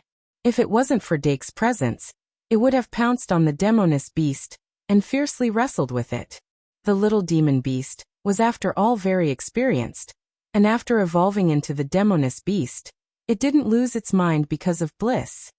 It displayed an extremely clear thought process, and its eyes were unusually wise and farsighted. As Dake's thoughts came to mind, the Demoness beast naturally let go of its hands that were hugging it, and stood gracefully at the side. Dake sized it up, and his eyes were filled with joy. Perhaps this Demoness beast was the same as the fairy beast, in that it wasn't complete, but it was still a 7-star that surpassed the latter. Dake immediately picked up the spell cage, Demoness beast, magic card to check it. Card name, Demoness beast, type, fairy card, level, race, fiend, attribute, dark, magic power, 3500, attack, 3800, defense, 2800, ultimate skill, dark wave, dark spear, dark poison, soul whip. The Demoness beast was a pure fiend, and it had the purest dark attribute. Just looking at its 3 attributes, it was much higher than the fairy beast. Not only was its magic powerful, but its defense was also not weak, and its attack was as high as 3800 points. Compared to the meanness from before, it was especially outstanding. Unfortunately, it didn't have a passive skill like the Holy Halo, so its 3 attributes couldn't be further increased. Therefore, in terms of overall attributes, it was lower than the fairy beast that had the Holy Halo buff. However, compared to the fairy beast, it had an additional active ultimate skill. Dake didn't linger at this moment, and immediately injected more magic power to quickly check out the ultimate skill. The Demoness beast's first ultimate skill was Dark Wave. Dake had seen this skill during its first evolution, and it was quite powerful. Dark Wave. The Demoness beast releases dark red bats or fire bats with purple cyclones to burn the opponent to ashes. This was a pure destructive skill, and there wasn't much to say about it. Dake couldn't help but look at the second ultimate skill, Dark Spear. The Dark Spear was also known as the Demoness Sword, and it was the ultimate skill of the Holy Arrow. Dark Spear. The Demoness beast's left claw transforms into a dark spear, and the dark energy around the spear makes it easier to pierce through the opponent. Basic attack plus 500. The Dark Spear and the Holy Arrow both had an attack bonus of 500 points. However, it was different from the shooting arrow, as the Dark Spear was a melee weapon, and it was transformed from the left hand, so the attack bonus was constant, and it was a basic attack bonus. This caused the Demoness beast's attack to jump from 3,800 points to 4,300 points, surpassing the Diru beast's 4,100 points. The Demoness beast's third ultimate skill, Poison, was the heavenly purple light of the fairy beast. Dark Poison transforms the opponent's energy into dark energy and kills the enemy from within. The stronger the opponent is, the more powerful the poison will be. Dark Poison. The description of the Dark Poison's ultimate skill was too ambiguous, and Dake couldn't tell how powerful it was. The Dark Poison seemed to have many forms of attack, and it could summon a magic circle to attack, or it could be used as a dark breath or poisonous smoke, or it could be used as a heart-shaped energy wave to attack, or it could be attached to a weapon. However, it was indeed a deadly poison. Once the poison was injected into the target's body, it would continuously consume the target's energy and turn it into its own dark energy. If the target didn't have the ability to purify the dark poison, death would be the only thing waiting for it. This ultimate skill was without a doubt the Demoness beast's ultimate skill. Dake couldn't help but look at the Demoness Beast's ultimate skill. As the finale, this sure kill skill was clearly targeted at Holy Bubble. Just like the Holy Bubble, it was an obvious soul skill. However, unlike the Holy Bubble, that gathered the power of its allies to strengthen the attack, the Soul Whip was obviously a single-target skill. Soul Whip, the Demoness Beast's energy directly attacks the target's soul, and mercilessly whips the target, causing the target to kneel down in pain and submission. The soul was a very mysterious topic. Most people's souls were very weak and defenseless, and when faced with a sudden attack, they couldn't withstand it at all. If this ultimate skill was used in the game, unless the opponent had tenacious will, or had the corresponding soul skill, they would be like a naked baby in front of the Demoness Beast, and could only be whipped one-sidedly. In simpler terms, this was an ultimate skill that ignored defense. In the real world, the Soul Whip's application was even more extensive. This was because it could invade the target's soul. After reading all the information, Dake had a clearer understanding of the Demoness Beast's position, and he also had a better understanding of the Demoness Beast's strengths and weaknesses. As an assassin, the Demoness Beast was very lacking in cutting and skills.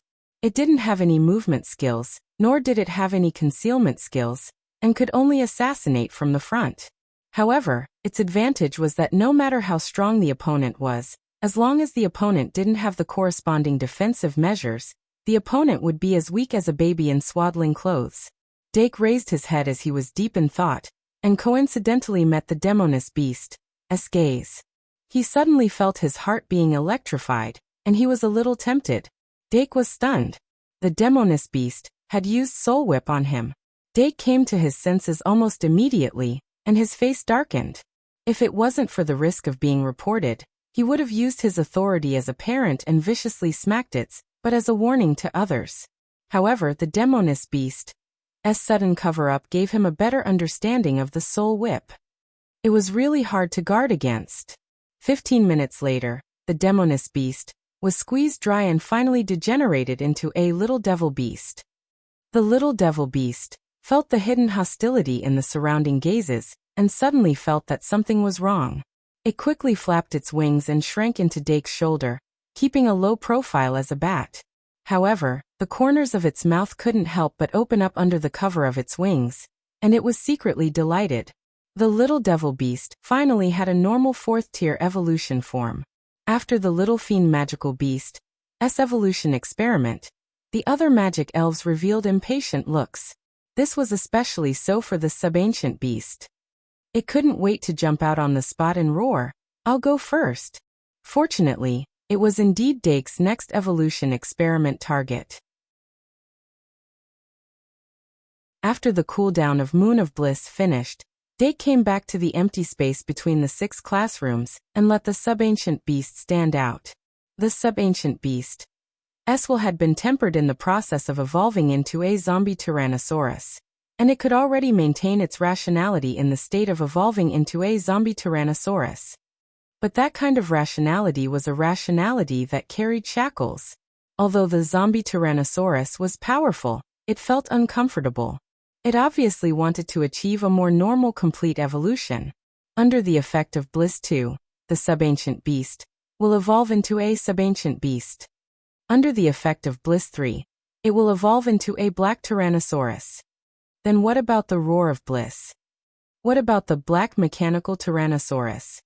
The so-called Black Mechanical Tyrannosaurus, also known as Mechanical Tyrannosaurus Blue, was the virus of the Mechanical Tyrannosaurus. However, other than the change in attributes and the dark blue skin, there was almost no difference between the Black Mechanical Tyrannosaurus and the Mechanical Tyrannosaurus. This similarity gave Dake a bad feeling. It shouldn't be, right? He slightly underestimated it. Then he activated Moon of Bliss on the Subancient Beast. Then that familiar, ferocious, zombie Tyrannosaurus, which was only left with pale white bones, once again brought endless terror with it. Subancient Beast, zombie Tyrannosaurus. Even Moon of Bliss did not give it a new evolved form. Dake's premonition came true. I'm afraid that before the complete Great Sinner is developed, it will be very difficult for the subancient beast to evolve other than the zombie Tyrannosaurus. Dake tried to comfort it, but the zombie Tyrannosaurus had already curled up in the corner and was completely shut off. Under such circumstances, the little devil beast still flew to its shoulder and chuckled proudly. The zombie Tyrannosaurus's attention was attracted, and it tried its best not to kill it with one slap. 15 minutes later, the zombie Tyrannosaurus degenerated into a subancient beast. Dake looked at the time. It was already past 11 o'clock. Seeing that the curfew was about to end, he hurriedly brought a few magic elves back to the dormitory and temporarily ended tonight's experiment. At 12 o'clock sharp, he was already lying on the bed and closing his eyes to meditate. Until today, among the 3 spells that he had mastered, the Soul Loss Curse was no longer suitable for further study. Although the Underworld God spell progress was slow, it could still be continued. Magic Fire was still at the first chapter of the Magic Fire, and it was still a long way from the second chapter of the Soul Fire. The study of magic could not be accomplished overnight like the study of Magitech. This was also one of the reasons why it was replaced by magical engineering. Only by studying it day after day could one improve. Dake did not slack off. Thursday morning, 6:30 a.m. Before going to the alchemy classroom, Dake took out Moon of Bliss again and made a choice between the Dream Demon and the Demon Fox. In the end, because the Dream Demon was more active, he first conducted an evolution experiment on the Dream Demon. Under the effect of Bliss 3, the Dream Demon could evolve into a 5-star Dream Demon. But after that, it did not have the ability to evolve any further. According to the theory, unless Dake strengthened the Dream Demon from the first tier 3-star to the 4th tier through second refinement, it would be very difficult for it to evolve into a Dream Demon and reach the 3rd tier. And this experiment also confirmed Dake's theory. Even under the effect of Moon of Bliss, the Dream Demon could only evolve into a 6-star Dream Demon. Card name, Dream Demon type, Elven card, level, race, undying, attribute, Spectre, magic power, 3200, attack 3000, defense, 1900, killing skills, Gem of Fear, pain sharing, same life, nightmare realm. I didn't learn the Song of Perdition. Looking at the Dream Demon's killing skills that did not change at all, Dake was slightly disappointed but also relieved. The Dream Demon's 4 killing skills were already very powerful, and any one of them was not easy to replace. I'll leave the last bit of suspense for after the alchemy class. After recording the Dream Demon's data, Dake began to prepare for the alchemy class. During this period of learning, he had already touched the threshold of the similar level golem and was striving to break through. In the blink of an eye, the 1.5-hour class ended. He gave the golem he made in the class to Meow Meow, who was in the same class as him, and returned to the dormitory. Because of its size, Minas could only stay in the club classroom temporarily. However, it was obviously very fond of the fountain in the open space. Last night, it slept in the fountain with dragon grass. If he went to the club classroom early in the morning, he might be able to see a harmonious mother and daughter picture. Dake made some preparations in the dormitory, then went to the club classroom. He immediately began to experiment on the Fox Demon's evolution. Once again, he went to the open space between the 6 classrooms. Dake raised Moon of Bliss to the Fox Demon and thought for a while. Under the effect of Bliss 3, the Fox Demon could evolve into a 6-star, 9-tailed fox. However, if it wanted to go further, it would have to evolve twice in a row and evolve into a complete, sacrificial beast. However, it was very difficult to achieve. A more obvious example was the lion.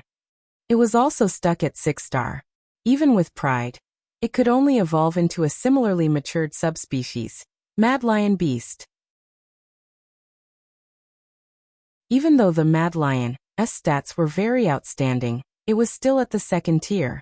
From 5-star to 6-star, the improvement was not worth mentioning. The 9-tailed fox was already at the peak of the 2nd tier, and it did not have any stronger subspecies. However, as the sacrificial beast, the 9-tailed fox's evolved form, there was a subspecies called Dowman Beast. However, because of its appearance and other factors, Dake did not want the nine-tailed fox to evolve into a Dowman beast. All in all, it's either succeed or die trying. Fox Demon, are you ready? Yes. The Fox Demon nodded faintly with a cold expression. Dake Dimming then raised Moon of Bliss in front of the magic guide fairies and cast the usual summoning spell. In the name of Dake Dimming, magic guide summoning. Moon of Bliss. Light bloomed. December is a special month. After the end of the month, a minimum of 124,000 words will be deducted, and the reward will be calculated in one go. Hedgehog Cat Programmer Monkey Classic is lousy. The double monthly votes were not given after midnight last night. It seems like it was only given at noon. Editor will ask if it can be added back on Monday. Anyway, I'm begging for monthly votes. Aim for the best of the year. Birthday wishes to 850 people. Converted into 850 rewards. Moo. You're tuning in to the Earbook Haven YouTube channel. Don't forget to subscribe and join us on this journey to catch the most captivating stories.